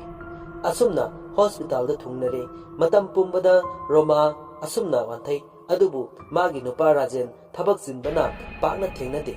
ꯉꯥꯛ ꯋꯥꯟꯊꯔꯒ ꯒ꯭ꯌꯥꯟ ꯑꯗꯨꯃꯛ ꯂꯥꯛꯏ ꯊꯣꯏꯅ ꯍꯦꯟꯅ ꯈꯟꯖꯤꯜꯂꯨꯗꯦ ꯑꯔꯨꯕꯗꯤ ꯃꯥꯒꯤ ꯅꯨꯄꯥ ꯊꯕꯛ ꯌꯥꯝ ꯆꯤꯜꯂꯤ ꯀꯣꯛ ꯁꯥꯅꯤ ꯈꯟꯅ ꯔꯣꯃꯥ ꯅꯣꯡꯃꯇ ꯋꯥ ꯍꯧꯗꯣꯛꯇꯦ ꯍꯣꯁꯄꯤꯇꯥꯜꯗꯅꯤ ꯗꯣꯛꯇꯔꯅ ꯔꯥꯖꯦꯟ ꯑꯃꯗꯤ ꯔꯘꯨ ꯇꯣꯉꯥꯟꯅ ꯔꯨꯝꯗ ꯂꯥꯛꯎ ꯍꯥꯏꯔꯝꯂꯒ ꯆꯠꯈ꯭ꯔꯦ ꯑꯁꯨꯝꯅ ꯃꯆꯤꯟ ꯃꯅꯥꯎꯗꯨ ꯔꯨꯝꯗ ꯂꯥꯛꯂꯦ ꯗꯣꯛꯇꯔꯅ ꯑꯁꯨꯝꯅ ꯌꯥꯝ ꯇꯣꯏꯅ ꯇꯧꯔꯝꯒꯅꯤ ꯑꯩ ꯈꯪꯉꯦ ꯔꯥꯖꯦꯟꯅ ꯇꯧꯗꯤꯌꯦ ꯗꯣꯛꯇꯔ ꯑꯃꯨꯛꯇ ꯉꯁꯤꯅ ꯑꯍꯥꯟꯕꯅꯦ ꯗꯣꯛꯇꯔꯅ ꯅꯣ ꯇꯧꯔꯝꯒꯅꯤ ꯇꯧꯗꯕ ꯌꯥꯗꯕ ꯃꯇꯥꯡ ꯍꯥꯏꯕꯗꯨꯅꯤ ꯁꯣꯝ ꯊꯕꯛ ꯆꯤꯟꯕꯅ ꯂꯣꯠꯁꯤꯟꯗꯨꯅ ꯊꯝꯕ ꯑꯣꯏꯔꯝꯒꯅꯤ ꯑꯁꯨꯛ ꯀꯨꯏꯕꯁꯦ ꯑꯁꯨꯝꯕꯁꯦ ꯂꯣꯠꯁꯤꯟꯗꯨꯅ ꯊꯝꯒꯗꯕ ꯅꯠꯇꯦ ꯇꯧꯒꯗꯕ ꯇ꯭ꯔꯤꯠꯃꯦꯟ ꯑꯃꯠꯇ ꯇꯧꯍꯧꯗ꯭ꯔꯦ ꯍꯥꯟꯅꯗꯒꯤ ꯑꯗꯨꯅ ꯑꯥꯏ ꯑꯦꯝ ꯁꯣꯔꯤ ꯑꯩ ꯍꯤꯗꯥꯛ ꯊꯥꯕ ꯉꯝꯖꯔꯔꯣꯏ ꯁꯣꯝꯒꯤ ꯂꯣꯏꯅꯕꯤꯁꯦ ꯂꯥꯁ ꯁ꯭ꯇꯦꯖꯅꯤ ꯋꯥꯗꯨ ꯇꯥꯕꯗ ꯔꯥꯖꯦꯟ ꯃꯀꯣꯛ ꯄꯥꯏꯗꯨꯅ ꯈꯥꯡꯉꯤ ꯔꯘꯨꯁꯨ ꯃꯌꯥꯝꯕꯒꯤ ꯃꯇꯧꯗ ꯅꯨꯡꯉꯥꯏꯇ꯭ꯔꯦ ꯔꯥꯖꯦꯟ ꯑꯃꯁꯨꯡ ꯔꯘꯨ ꯋꯥ ꯑꯃꯠꯇ ꯍꯥꯏꯅꯗꯅ ꯃꯄꯥꯟꯗ ꯊꯣꯔꯛꯂꯦ ꯌꯥꯇꯥꯗꯨꯅ ꯂꯩꯔꯤꯕ ꯔꯣꯃꯥꯗ ꯔꯥꯖꯦꯟꯅ ꯌꯦꯡꯖꯩ ꯑꯁꯨꯛ ꯀꯨꯏꯕꯁꯦ ꯅꯪꯅ ꯑꯩꯉꯣꯟꯗ ꯀꯔꯤꯝꯇ ꯍꯦꯛ ꯍꯥꯏꯗꯕꯀꯣ ꯅꯪ ꯅꯊꯃꯣꯏ ꯌꯥꯝꯅ ꯀꯜꯂꯤ ꯍꯥꯏꯗꯨꯅ ꯔꯣꯃꯥꯕꯨ ꯋꯥꯔꯧꯖꯔꯛꯏ ꯃꯊꯃꯣꯏꯗ ꯔꯣꯃꯥ ꯇꯞꯅ ꯒ꯭ꯌꯥꯟ ꯂꯥꯛꯂꯦ ꯃꯥꯁꯨ ꯈꯪꯂꯦ ꯑꯐꯕ ꯀꯩꯁꯨ ꯑꯣꯏꯔꯝꯂꯔꯣꯏ ꯍꯥꯏꯕ ꯃꯥꯒꯤ ꯅꯨꯄꯥꯅ ꯂꯩꯔꯤꯕ ꯃꯑꯣꯡꯗꯨꯅ ꯁꯥꯈꯤꯅꯤ ꯇꯟꯖꯥꯗꯨꯗ ꯗ꯭ꯔꯥꯏꯚꯔꯅ ꯂꯥꯡꯂꯦꯟ ꯁ꯭ꯀꯨꯜꯗꯩ ꯂꯧꯔꯨꯔꯒ ꯃꯃꯥ ꯍꯣꯁꯄꯤꯇꯥꯜꯗ ꯂꯩꯈꯤ ꯍꯥꯏꯕꯗꯒꯤ ꯂꯥꯡꯂꯦꯟꯁꯨ ꯍꯣꯁꯄꯤꯇꯥꯜ ꯂꯣꯝꯗ ꯑꯣꯏꯅ ꯄꯨꯔꯛꯂꯦ ꯑꯁꯨꯝꯅ ꯂꯥꯡꯂꯦꯟꯗꯨ ꯃꯃꯥꯒꯤ ꯃꯅꯥꯛꯇ ꯆꯪꯂꯛꯇꯨꯅ ꯃꯃꯥ ꯀꯩꯗꯧꯔꯒꯦ ꯍꯥꯏꯅ ꯍꯪꯂꯦ ꯔꯣꯃꯥꯅ ꯃꯆꯥ ꯂꯥꯡꯂꯦꯟꯕꯨ ꯃꯈꯨꯠꯅ ꯇꯞꯅ ꯄꯥꯏꯗꯨꯅ ꯃꯃꯥ ꯀꯩꯁꯨ ꯇꯧꯗꯤꯌꯦ ꯆꯥꯊꯣꯏ ꯃꯃꯥꯅ ꯅꯪꯕꯨꯗꯤ ꯃꯇꯝ ꯀꯨꯏꯅ ꯂꯩꯃꯤꯟꯅꯧ ꯇꯝꯂꯝꯗ ꯃꯥꯜꯂꯦ ꯃꯃꯥꯅ ꯅꯪꯕꯨ ꯑꯁꯨꯛꯀꯤ ꯃꯇꯤꯛ ꯅꯨꯡꯁꯤꯌꯦ ꯑꯆꯨꯝ ꯍꯥꯏꯔꯒ ꯃꯆꯥꯒꯤ ꯂꯥꯏꯕꯛꯇ ꯆꯨꯞꯄꯤ ꯇꯟꯖꯥ ꯑꯗꯨꯗ ꯆꯥꯎꯕ ꯆꯪꯁꯤꯜꯂꯛꯇꯨꯅ ꯀꯔꯤ ꯏꯃꯧꯕꯨ ꯀꯩꯗꯧꯔꯕ ꯍꯩ ꯔꯥꯖꯦꯟ ꯏꯃꯧꯁꯤ ꯀꯩ ꯍꯥꯏꯔꯦ ꯗꯣꯛꯇꯔꯅ ꯀꯔꯤꯅꯣ ꯅꯈꯣꯏꯅ ꯑꯁꯨꯝ ꯇꯨꯃꯤꯟꯅ ꯂꯩꯕꯗꯨ ꯀꯩ ꯍꯥꯏꯔꯤꯅꯣ ꯔꯘꯨ ꯀꯩꯗꯧꯕ ꯌꯥꯎꯔꯒꯦ ꯅꯈꯣꯏꯕꯣ ꯔꯣꯃꯥꯟ ꯕꯕꯥ ꯏꯀꯨ ꯁꯛꯂꯕ ꯕꯕꯥ ꯅꯃꯧꯅ ꯏꯀꯨꯒꯤ ꯁꯦꯕꯥ ꯃꯇꯣꯟꯂꯣꯝꯅ ꯇꯧꯕ ꯉꯝꯗ꯭ꯔꯦ ꯑꯁꯦꯡꯕ ꯏꯀꯨ ꯂꯩꯇ꯭ꯔꯁꯨ ꯑꯩꯅ ꯕꯕꯥꯕꯨꯗꯤ ꯏꯄꯨꯔꯣꯏꯕꯕꯨ ꯄꯣꯛꯄ ꯕꯕꯥꯗꯧꯅ ꯂꯨꯅ ꯇꯧꯖꯕꯅꯤ ꯕꯕꯥ ꯂꯩꯕꯅ ꯑꯩꯅ ꯉꯁꯤ ꯐꯥꯎꯕ ꯃꯌꯥꯝꯒꯤ ꯁꯦꯕꯥ ꯃꯇꯣꯟꯂꯣꯝꯅ ꯏꯄꯨꯔꯣꯏꯕꯒꯤ ꯃꯈꯥꯗ ꯂꯩꯕ ꯉꯝꯂꯤꯕꯅꯤ ꯏꯄꯨꯔꯣꯏꯕꯅ ꯃꯌꯥꯝꯅ ꯃꯁꯛ ꯈꯪꯕꯤꯕ ꯑꯣꯏꯔꯤꯕꯅꯤ ꯆꯥꯎꯕ ꯀꯞꯇꯅ ꯏꯃꯧ ꯏꯕꯦꯝꯃ ꯅꯨꯡꯁꯤꯈ꯭ꯔꯦꯗ ꯏꯃꯧꯅ ꯊꯣꯡꯕ ꯎꯇꯤꯅ ꯏꯀꯨꯁꯩ ꯄꯥꯡꯒꯜ ꯀꯟꯅ ꯂꯩꯕ ꯉꯝꯂꯤꯕꯅꯤꯅꯦ 이쿠디 우티 싸다바 꾸이래 윰다 할라치 라오 라젠 이목세 그이 하이라게 세 윰다 할라치 라오네 노이보 윰다 할로 하이드리버로 라젠 싸우버기 마타우다 예멍암다 바바 까우나 깝네 싸우버나 이슈 토이노 라 부푸낭 레이브라나 윰다 썰로버네 낭소 호스피탈다 자키나 부푸 젤레 이니네 랑렌 마푸다 꼰실리 마파 뽀빠 마파군 루나 도자바니 랑렌나수 얌 눅시나 tonjabani mapu khangawdona romadu makhoi damo haina koruptuna langlengi khuttu mapagi khutta amadi ragugi khutta thamamduna masabu sinnerambani haibagi matawgum masadu sinneramduna mamitagi mapitana chatnegi haibagum saubada mamit guptana yengaga mamit pangna roma aroiba mikutta langlen mamagi makut kannuna mamabu kauna kapli saubana langlenbu konsinbi asumna romagi mathomangam pangthokre mayam sangdana lekai awapa sabi saba kayana rajenbu nupi ama thinana batak adubu nupi angangbu luna lojaba rajen mayangi wadu tadi masalangenbu senge khanna bethokna leirage khalle inawpagi isa ani aigi suishani ayum palaroi haina leple sawba rajengi damakta sawthoksai masu langlenbu mi oinaba semani haibase sawwana rajendagi asa thamle asumna matam kra haukre raguna mayamagi thabak thoram pumba adumak yengsille mayamagi yamlaba lanthum mana loina sele adubu mayamagi lanthum sing kalakpa amadi magi mingda oiningba phawba haurakli mabu phattaba haurakli aduna magi nupi sakhiga wari saba haurakli Saki sauna kaino tamo nang haidubo asuk nungsi janana leiribase kaina ba singanuko na chani ni semangam na ba honohan raguna he apang gadha nupi sidi leiriba lantum mayam se masa nupi sigi mingda pan khrati aikhoi kamdok dori ha isani sigi ohinda yadabani aduna kaino sindradi kaino ha isani se maning tamna lehendoini khangaba khara singuni nangbo nangse phanyan sutai 야데네 싱데네 아이나 신베다 야고 와마카타가노 나진다 강가노 아이나 신게니 야나발로이나 사키 마완 하이바두 수마보이닝이 둥기 아파파타 마타 칸데 마마완 하이바 쿠딩 야두나 라파 아숙 능시나나 레이람바 마진마나우 그이 통나가바 솜다나 라젠 징롬다 아조바 통 사바이 티가 깐나 수리 마사랑넨 영신바 사오바다 마푸 상나 시나지 aduga driver amaga tuition tawna ba oza ningthina nikli asumna madi yumlumda su thoina laktre atopa nakangi thabak amana marauno para guna sene asumna matam horakli tanja sida mabu phatraba ragu lalong kya silakli raguna sinduna khulai paiba nektina mayamba bu loisin khina ba hairaknami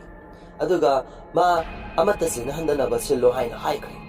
moina pama paisa pini haina khangan khre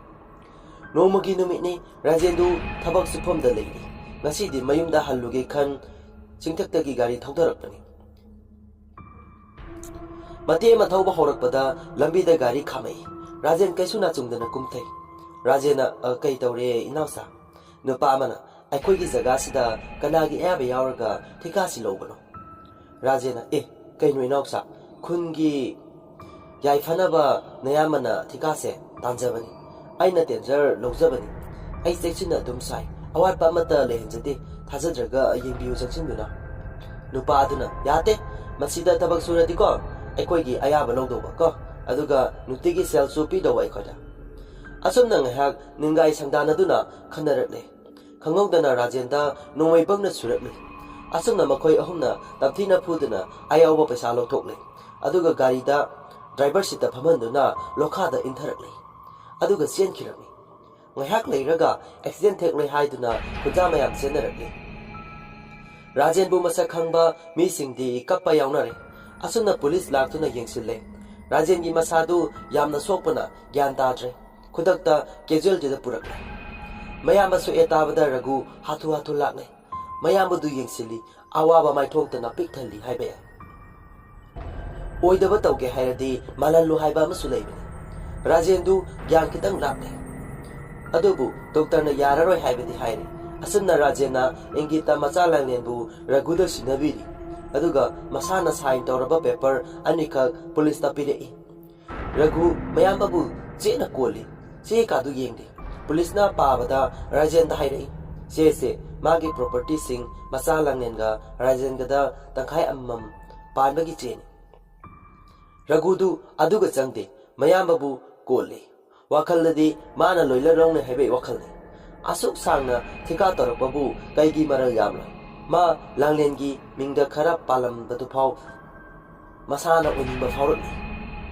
ꯃꯁꯤꯗ ꯊꯣꯛꯅꯕ ꯔꯘꯨꯅ ꯃꯁꯥꯅ ꯁꯤꯟꯖꯕ ꯂꯥꯟꯂꯣꯡꯅꯤ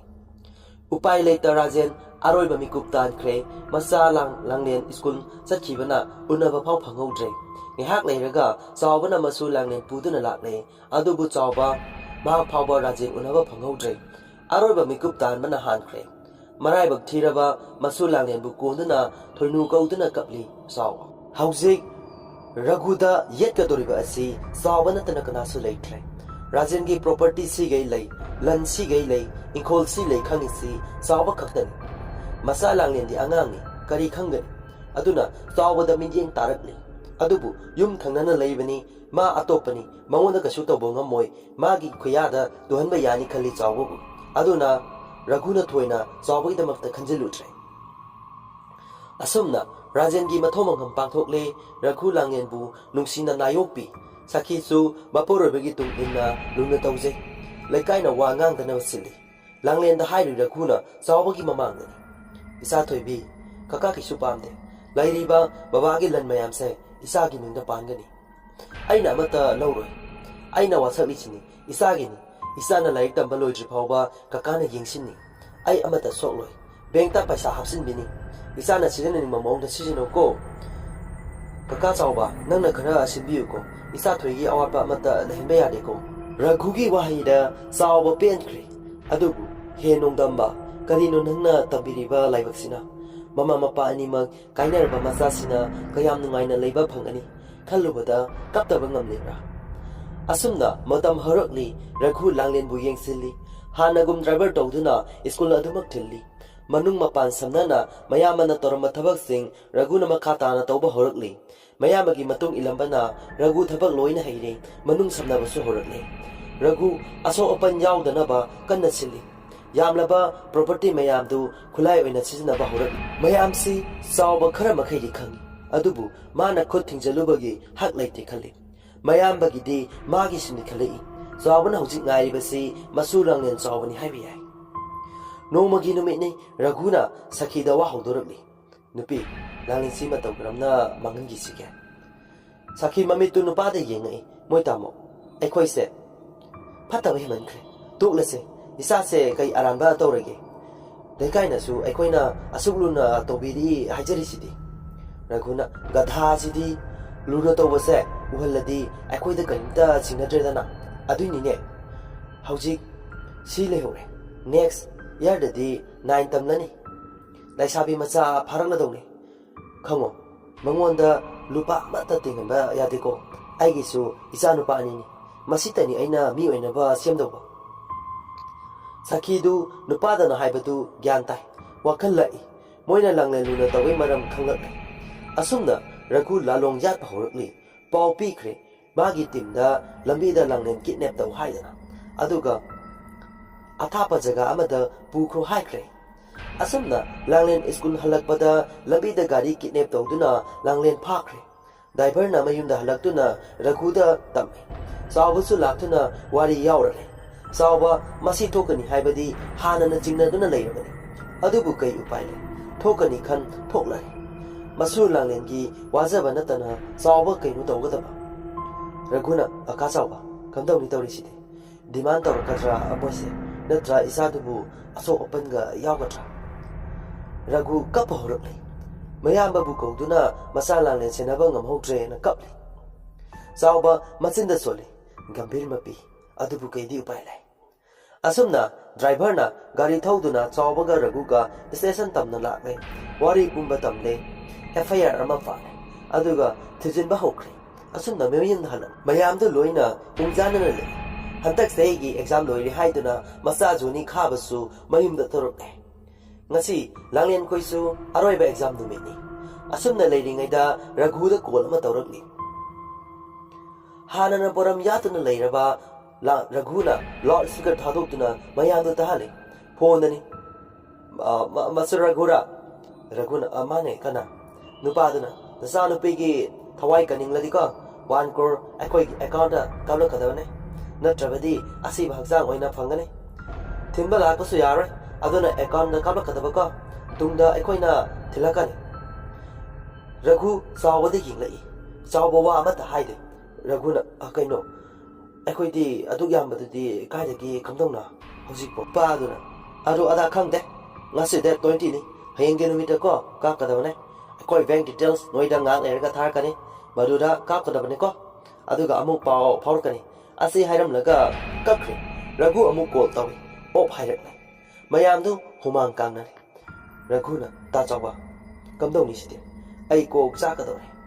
kamdong na ichalang ne kan gani sawana ibungo aina kai khangani noigi nakanda thabak tawduna imung puniri ba ini aina bu kai pai legani isa ani semli base noigi na panani hajiti isa nupi mayum pan kre dipasi tangaire isu phang nupasi su nupi thibe yare noigi na pan aina ngasi hinglise aina bu kai khangani raghuna ka chawbana han chaduna lebe yumsina ai ka chawbogi watani ai khuta la khara di le sudrasu khara di pina ba tawrase ka chaw isa lanen kandaba yar nusiraba iyamba aduna ikuta sinaram mani aina soidana kangani nupi araiba pata pumba puthorolo yumsigi nataba atai di puralo manchang kaina su isadi kandaba yar chawba mamit mana yumle khalluba pumba torle kan hayengi numit thangnaba haidana araiba manchang kai raghuna maning tawna yumpham di yautre asumna IT lax me adi tanchile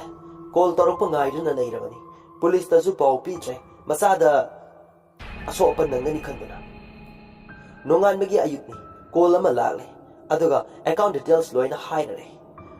aduga 1 crore so lo haina khadarani ragu call khara kalapna lawe nupa duma IT lax to aduna hana kapaklo makha ko na khanasi haire ragu thine dana IT lax kapkhre aduga kun awat pado kapaklo hairni aduga call tham ragu sauna masinthi sawagi mamangda malana ba hona bada awaba oire haibaduni lairiba JCB dumper data ne tika sijina bar ngakni adubu maduda tare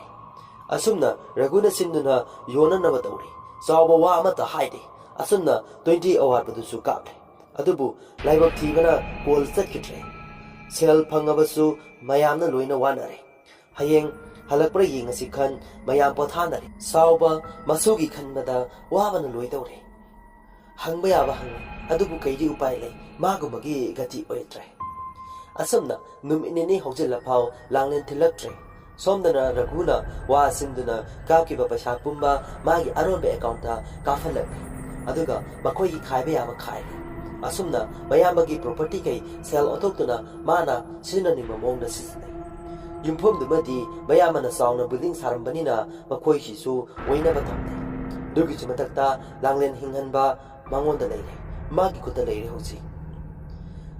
asum hawkhibana ngasi tang kunmari ni langlen halaktre leikai mayam hawdana langlen thadongna ba law khongnari adubu ragusu yaksinduna aron malalong khangdana ba silli wari khara makai khangba chawba masigi damakta wajarabasu wa kangba yadana leiri ayingni ragu kolama tawi nupa amada hai he praja mayam sai irang harokle noina halasu soidana farak naba tare angangdo hato aduga ahinda aigi sida thilalo aigi inkol nungda phumjin khrase poloi be yawdo sunate aduna inkol mamangda kom da holamage nungdangda aduna phumjin khrase hai asumna nongale chawbadi masulangengi thiba kosi chatle ngasi tang kun mangani Christmas numini isorgi mapong numini ngasi nungdangda ahingda purakna ba khai hai kre asumna numita ragudu mi atai kana netre masa ani ga makna kom tawba horakli ꯐꯠꯇ꯭ꯔꯕ ꯃꯆꯥ ꯑꯅꯤꯁꯨ ꯃꯄꯥ ꯂꯧꯔꯤ ꯁꯈꯤ ꯃꯤ ꯌꯦꯡꯂꯤ ꯅꯨꯡꯗꯥꯡꯗ ꯃꯔꯨ ꯑꯣꯏꯅ ꯆꯥꯎꯕ ꯎꯈ꯭ꯔꯒꯅꯤ ꯌꯦꯡꯂꯤꯁꯦ ꯑꯗꯨꯕꯨ ꯆꯥꯎꯕ ꯍꯜꯂꯛꯇ꯭ꯔꯤ ꯍꯧꯖꯤꯛ ꯐꯥꯎꯕ ꯑꯁꯨꯝꯅ ꯀꯣꯝ ꯇꯧꯕ ꯂꯣꯏꯔꯗꯨꯅ ꯔꯦꯗꯤꯗ ꯊꯝꯈ꯭ꯔꯦ ꯑꯗꯨꯒ ꯑꯁꯤꯕ ꯍꯛꯆꯥꯡ ꯊꯤꯜꯂꯛꯄꯒ ꯉꯥꯏꯗꯨꯅ ꯂꯩꯈ꯭ꯔꯦ ꯉꯥꯇꯪꯒꯤ ꯃꯇꯨꯡꯅꯤ ꯆꯥꯎꯕ ꯍꯜꯂꯛꯂꯦ ꯃꯁꯨꯒꯤ ꯂꯪꯂꯥ ꯂꯪꯖꯤꯟ ꯐꯪꯗ꯭ꯔꯦ ꯀꯔꯤ ꯊꯣꯛꯂꯒ ꯋꯥꯈꯟꯗꯨꯅ ꯂꯩ ꯇꯨꯝꯕ ꯆꯥꯕ ꯈꯪꯗ꯭ꯔꯤꯕꯅꯤ ꯑꯁꯨꯝꯅ ꯆꯥꯎꯕ ꯆꯥꯛ ꯊꯣꯡꯗꯨꯅ ꯆꯈꯣꯝ ꯑꯃꯅꯤ ꯆꯥꯔꯦ ꯑꯗꯨꯒ ꯍꯤꯞꯊꯅꯕ ꯁꯤꯜꯂꯦ ꯁꯣꯝꯗꯅ ꯄꯨꯡ ꯊꯦꯡꯖꯤꯜꯂꯛꯄ ꯉꯥꯏꯔꯤ ꯄꯨꯡ 11:30 ꯑꯂꯥꯏ ꯇꯥꯔꯝꯃꯅꯤ ꯂꯥꯡꯂꯦꯟꯒꯤ ꯑꯁꯤꯕ ꯍꯛꯆꯥꯡ ꯄꯨꯔꯛꯂꯦ ꯑꯗꯨꯒ ꯌꯥꯝ ꯊꯨꯅꯃꯛ ꯆꯠꯈ꯭ꯔꯦ ꯅꯨꯄꯥ ꯀꯥꯡꯕꯨꯗ ꯔꯘꯨꯅ ꯂꯥꯡꯂꯦꯟꯒꯤ ꯑꯁꯤꯕ ꯍꯛꯆꯥꯡ ꯑꯗꯨ ꯕꯣꯔꯥ ꯈꯥꯎ ꯑꯃꯗ ꯍꯥꯞꯂꯒ ꯐꯨꯝꯖꯤꯟꯈꯤꯅꯕ ꯔꯦꯗꯤꯗ ꯂꯩ ꯁꯣꯝꯗꯅ ꯆꯥꯎꯕ ꯒꯥꯔꯤ ꯃꯈꯣꯜ ꯑꯃ ꯇꯥꯏ ꯍꯥꯏꯗꯅ ꯑꯃꯝꯕꯗꯨꯗ ꯇꯞꯅ ꯃꯄꯥꯟ ꯊꯣꯔꯛꯂꯤ ꯑꯗꯨꯒ ꯃꯄꯥꯟ ꯊꯣꯛꯀꯦ ꯍꯥꯏꯗꯅ ꯁꯨꯃꯥꯡꯒꯤ ꯃꯃꯥꯡꯗ ꯍꯥꯏꯐꯦꯠ ꯂꯦꯞꯄꯤ ꯋꯥꯔꯛꯇ ꯃꯤ ꯈꯔ ꯂꯩꯕꯒꯨꯝ ꯂꯦꯡꯕꯒꯨꯝ ꯇꯧꯕꯗꯨ ꯎꯏ ꯆꯥꯎꯕ ꯃꯨꯟꯅ ꯌꯦꯡꯉꯤ ꯃꯤ ꯂꯩꯕ꯭ꯔꯥ ꯎꯏ ꯇꯨꯃꯤꯟꯅ ꯆꯠꯇꯨꯅ ꯇꯧꯔꯤꯕ ꯊꯕꯛꯇꯨ ꯌꯦꯡꯗꯨꯅ ꯂꯩ ꯆꯨꯝꯂꯦ ꯃꯥꯅ ꯈꯜꯂꯤꯕ ꯄꯨꯝꯕꯗꯨ ꯃꯥꯅꯤ ꯃꯁꯨ ꯂꯥꯡꯂꯦꯟꯒꯤ ꯑꯁꯤꯕ ꯍꯛꯆꯥꯡꯅꯤ ꯃꯁꯤꯃꯛ ꯆꯥꯎꯕꯅ ꯊꯣꯛꯂꯒꯅꯤ ꯍꯥꯏꯕꯁꯦ ꯍꯥꯟꯅꯅ ꯈꯪꯂꯕꯅꯤ ꯃꯃꯤꯠꯇ ꯃꯄꯤ ꯆꯗꯨꯝ ꯇꯥꯅ ꯏꯁꯣꯔ ꯃꯥꯕꯨ ꯅꯤꯡꯗꯥ ꯇꯧꯖꯔꯤ ꯋꯥꯔꯧꯖꯔꯤ ꯆꯥꯎꯕ ꯈꯔ ꯑꯃꯨꯛ ꯅꯛꯁꯤꯜꯂꯤ ꯃꯁꯨꯒꯤ ꯃꯥꯏꯊꯣꯡꯗꯕꯨ ꯎꯖꯔꯗꯤ ꯈꯪ ꯑꯗꯨꯕꯨ ꯕꯣꯔꯥ ꯃꯅꯨꯡꯗ ꯌꯥꯎꯔꯕ ꯂꯥꯡꯂꯦꯟꯒꯤ ꯍꯛꯆꯥꯡꯅꯤꯅ ꯃꯁꯛ ꯎꯕꯗꯤ ꯐꯪꯗ꯭ꯔꯦ ꯑꯃꯝꯃꯒ ꯑꯣꯏꯕꯅ ꯊꯥꯕꯜ ꯃꯉꯥꯜ ꯃꯆꯤꯠꯇꯨꯗꯪꯅꯤ ꯎꯔꯤꯕ ꯆꯥꯎꯕ ꯀꯞꯄꯤ ꯐꯥꯊꯕ ꯉꯝꯗ ꯀꯞꯄꯅ ꯃꯈꯣꯜ ꯈꯔ ꯊꯣꯛꯈ꯭ꯔꯦ ꯔꯘꯨ ꯆꯞ ꯂꯦꯞꯄꯤ ꯃꯆꯥ ꯑꯅꯤꯗꯨ ꯂꯩꯕꯥꯛ ꯈꯣꯠꯆꯤꯜꯂꯤ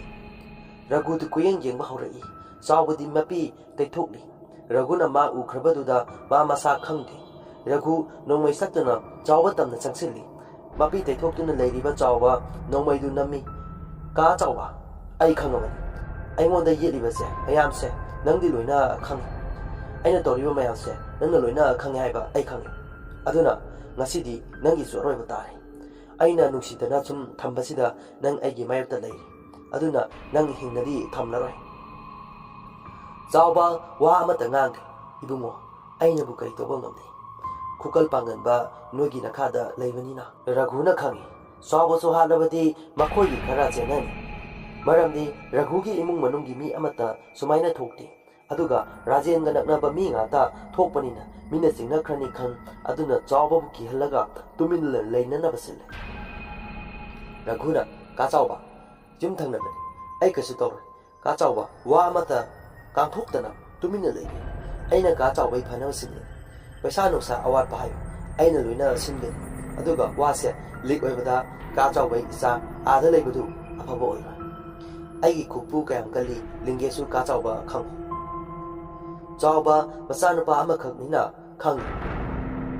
ꯃꯥꯁꯨ ꯃꯆꯥꯗ ꯁꯣꯛꯀꯅꯤ ꯍꯥꯏꯕꯗꯤ ꯑꯗꯨꯅ ꯔꯘꯨꯅ ꯍꯥꯏꯕꯗꯨ ꯌꯥꯕꯗ ꯇꯥꯔꯤ ꯑꯁꯨꯝꯅ ꯋꯥꯁꯦ ꯂꯣꯠꯁꯤꯟꯅꯕ ꯍꯥꯏꯗꯅ ꯇꯨꯃꯤꯟꯅ ꯂꯩꯅꯅꯕ ꯁꯤꯟꯅꯔꯦ ꯆꯥꯎꯕꯁꯨ ꯆꯪꯈ꯭ꯔꯦ ꯑꯗꯨꯒ ꯐꯖꯅ ꯃꯤꯅ ꯈꯪꯗꯅꯕ ꯍꯥꯏꯗꯅ ꯅꯥꯄꯤ ꯑꯐꯠꯇꯕ ꯃꯌꯥꯝ ꯋꯥꯔꯛꯇꯨꯗ ꯂꯪꯁꯤꯜꯂꯤ ꯑꯁꯨꯝꯅ ꯅꯨꯃꯤꯠꯇꯨ ꯍꯧꯈ꯭ꯔꯦ ꯆꯥꯎꯕꯗꯤ ꯃꯊꯋꯥꯏ ꯅꯨꯡꯉꯥꯏꯇꯅ ꯁꯤꯖꯈ꯭ꯔꯒꯦ ꯐꯥꯎꯈꯠꯂꯦ ꯑꯗꯨꯕꯨ ꯃꯆꯥꯅꯨꯄꯥ ꯃꯄꯥꯟꯂꯣꯝꯗ ꯏꯟꯖꯤꯅꯤꯌꯥꯔꯤꯡ ꯇꯝꯂꯨꯕꯗꯨ ꯅꯤꯡꯁꯤꯡꯉꯤ ꯋꯥꯁꯦ ꯇꯁꯦꯡꯅ ꯐꯣꯡꯕ ꯌꯥꯔꯣꯏꯗꯧꯔꯤ ꯇꯨꯃꯤꯟꯅ ꯂꯩꯕꯗ ꯇꯥꯔꯤ ꯑꯁꯨꯝꯅ ꯔꯘꯨ ꯃꯆꯥ ꯑꯅꯤꯒ ꯃꯇꯨꯒ ꯍꯔꯥꯎꯕ ꯍꯧꯔꯛꯂꯤ ꯃꯣꯏꯗ ꯌꯦꯠꯅꯕ ꯂꯩꯇ꯭ꯔꯤ ꯈꯜꯂꯤ ꯑꯗꯨꯕꯨ ꯂꯥꯡꯂꯦꯟ ꯃꯥꯡꯕꯩ ꯏꯔꯥꯡꯁꯨ ꯈꯔ ꯈꯔꯗꯤ ꯍꯟꯊꯈ꯭ꯔꯦ ꯎꯄꯥꯏ ꯂꯩꯇ ꯄꯨꯂꯤꯁꯅ ꯊꯤꯔꯤ ꯍꯥꯏꯔꯒ ꯊꯝꯂꯤ ꯑꯁꯨꯝꯅ ꯅꯨꯡꯗꯥꯡꯅꯤ ꯅꯨꯃꯤꯠ ꯌꯥꯆꯪꯉꯛꯄ ꯃꯇꯝꯅꯤ ꯁꯥ ꯉꯥ ꯊꯣꯡꯗꯨꯅ ꯏꯃꯨꯡꯗꯨ ꯂꯥꯡꯕ ꯍꯧꯔꯛꯂꯤ ꯖꯣꯅꯤꯗꯨ ꯇꯣꯏꯂꯦꯠ ꯂꯣꯝꯗ ꯂꯥꯛꯄꯅꯤ ꯐꯣꯟ ꯇꯣꯔꯆ ꯄꯥꯏꯗꯨꯅ ꯑꯗꯨꯒ ꯇꯣꯏꯂꯦꯠ ꯆꯪꯈ꯭ꯔꯦ ꯈꯪꯍꯧꯗꯅ ꯇꯣꯏꯂꯦꯠꯀꯤ ꯊꯣꯡꯗꯨ ꯗꯣꯛ ꯗꯣꯛ ꯊꯤꯜꯂꯛꯂꯤ ꯖꯣꯅꯤꯅ ꯀꯩꯅꯣ ꯈꯥꯕ ꯑꯩ ꯂꯩꯁꯦ ꯈꯪꯗ꯭ꯔꯣ ꯅꯪ ꯉꯥꯏꯈꯣ ꯂꯣꯏꯗꯧꯔꯦ ꯑꯃꯨꯛꯁꯨ ꯊꯣꯡꯗꯨ ꯗꯣꯛ ꯗꯣꯛ ꯊꯤꯜꯂꯛꯂꯤ ꯖꯣꯅꯤ ꯁꯥꯎꯟ ꯈꯥꯕ ꯍꯥꯏꯔꯒ ꯊꯣꯡꯗꯨ ꯐꯠ ꯍꯥꯡꯉꯤ ꯃꯥꯅ ꯐꯠ ꯍꯥꯡꯕꯗꯗꯤ ꯅꯨꯄꯤ ꯃꯁꯝ ꯁꯥꯡꯅ ꯈꯥꯛꯂꯕ ꯑꯉꯧꯕ ꯐꯤꯖꯣꯜꯇꯅ ꯂꯩꯇꯦꯡꯕ ꯃꯤꯅ ꯐꯨꯕꯤꯕꯒꯤ ꯏꯍꯤꯡꯅ ꯍꯤꯡꯅ ꯌꯣꯝꯂꯕ ꯅꯨꯄꯤꯒꯤ ꯁꯛꯇꯝꯗ ꯂꯥꯡꯂꯦꯟ ꯂꯦꯞꯇꯨꯅ ꯂꯩꯔꯝꯃꯤ ꯖꯣꯅꯤꯅ ꯏꯃꯥ ꯍꯥꯏꯅ ꯂꯥꯎꯗꯨꯅ ꯊꯣꯡꯗꯨ ꯂꯣꯟꯁꯤꯜꯂꯤ ꯃꯥ ꯈꯥꯕꯗ ꯀꯣꯜ ꯇꯧꯏ ꯈꯥꯕ ꯇꯣꯏꯂꯦꯠ ꯑꯝꯇ ꯂꯥꯛꯑꯣ ꯊꯨꯅ ꯍꯥꯏꯈꯤ ꯈꯥꯕ ꯇꯣꯏꯂꯦꯠ ꯂꯣꯝꯗ ꯂꯥꯛꯏ ꯑꯗꯨꯒ ꯖꯣꯅꯤ ꯀꯧꯔꯛꯏ ꯖꯣꯅꯤ ꯖꯣꯅꯤ ꯖꯣꯅꯤꯗꯨ ꯈꯥꯕ ꯂꯥꯛꯄ ꯇꯥꯕꯗ ꯊꯣꯡ ꯇꯞꯅ ꯍꯥꯡꯉꯤ ꯑꯗꯨꯒ ꯈꯥꯕꯗ ꯀꯣꯟꯁꯤꯜꯂꯤ ꯈꯥꯕ ꯑꯩ ꯁꯤꯔꯣꯝꯗꯧꯔꯦ ꯆꯠꯂꯁꯤ ꯂꯥꯛꯑꯣ ꯍꯥꯏꯗꯨꯅ ꯃꯌꯨꯝꯂꯣꯝꯗ ꯂꯥꯛꯂꯦ ꯖꯣꯅꯤ ꯋꯥꯔꯤꯗꯨ ꯃꯃꯥ ꯃꯄꯥꯗ ꯇꯝꯃꯤ ꯔꯘꯨꯅ ꯍꯥ ꯀꯩꯅꯣ ꯃꯪꯗ ꯐꯥꯎꯊꯣꯛꯂꯣꯏꯗꯕ ꯋꯥꯗꯨ ꯅꯪꯅ ꯇꯝꯃꯤꯗꯨꯕꯨ ꯅꯪꯕꯨ ꯉꯔꯥꯡ nasa yauna tawdubu amuda ulebo tanza aduda thongdu dok thilai Raguna kanano ka chaw bro yani hange achumna ragu thong hang adubu kanasu leramche masigi sawbana mina isna soidan oiramni mi usitaba tawradana asana thongno chinduna yen amuk su ngawri tanja aduda thongnawdu hangdok hangjin sanarakli sakidi kibana kalap thak thak nikle khabada kanano haidana thongnawdu thungjinge haidana thongnaw akan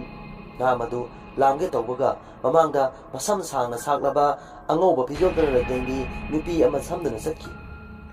he kanano baba sida kanano ma leire Raguna kanano mathwai lauke nongmai sina hekta kapke hairaga nongmai satte yenglubadadi kanasu leramtre sakina moi babung kainomdi tawri akoina tawrubudana soidana oigani Raguna hai kaisu tawroi mai ba hibale tanaraga marai phajani chak charo tumase somdana chawba thabak ama chatluba halakpani nason pikna pupu haina kaurakli chawba koile leidunigi adubu machinna sole isu toinu nangbu lairamlen yauba ngamdrabra aibu kaidau haibano haina kapli asumna numit hokre lekaidu ngarang ahingi wa ningpu ngangnarakle ngarang ahing asum tawi ngarang ahingdi hui yamna khongi ngarang di sumangda wai matom ta chilai tawriba mayamse leikai yaure haiba Raghu tare aduna kauri toksige khanare Raguna chawbala o haidana lakhai phamdana wari sang ka chaw ai phatraiba ai khang adubu thawokse hokre tungi khalaga ka chawba kaidoksige chawba ibungo Raghu nangna phani khanbado adumak tawda aina bugai khangani marau leiba chawbagi wangangdu Raghu khokdak sai phare ka chaw ai maiba ma kaurka lai khurmalage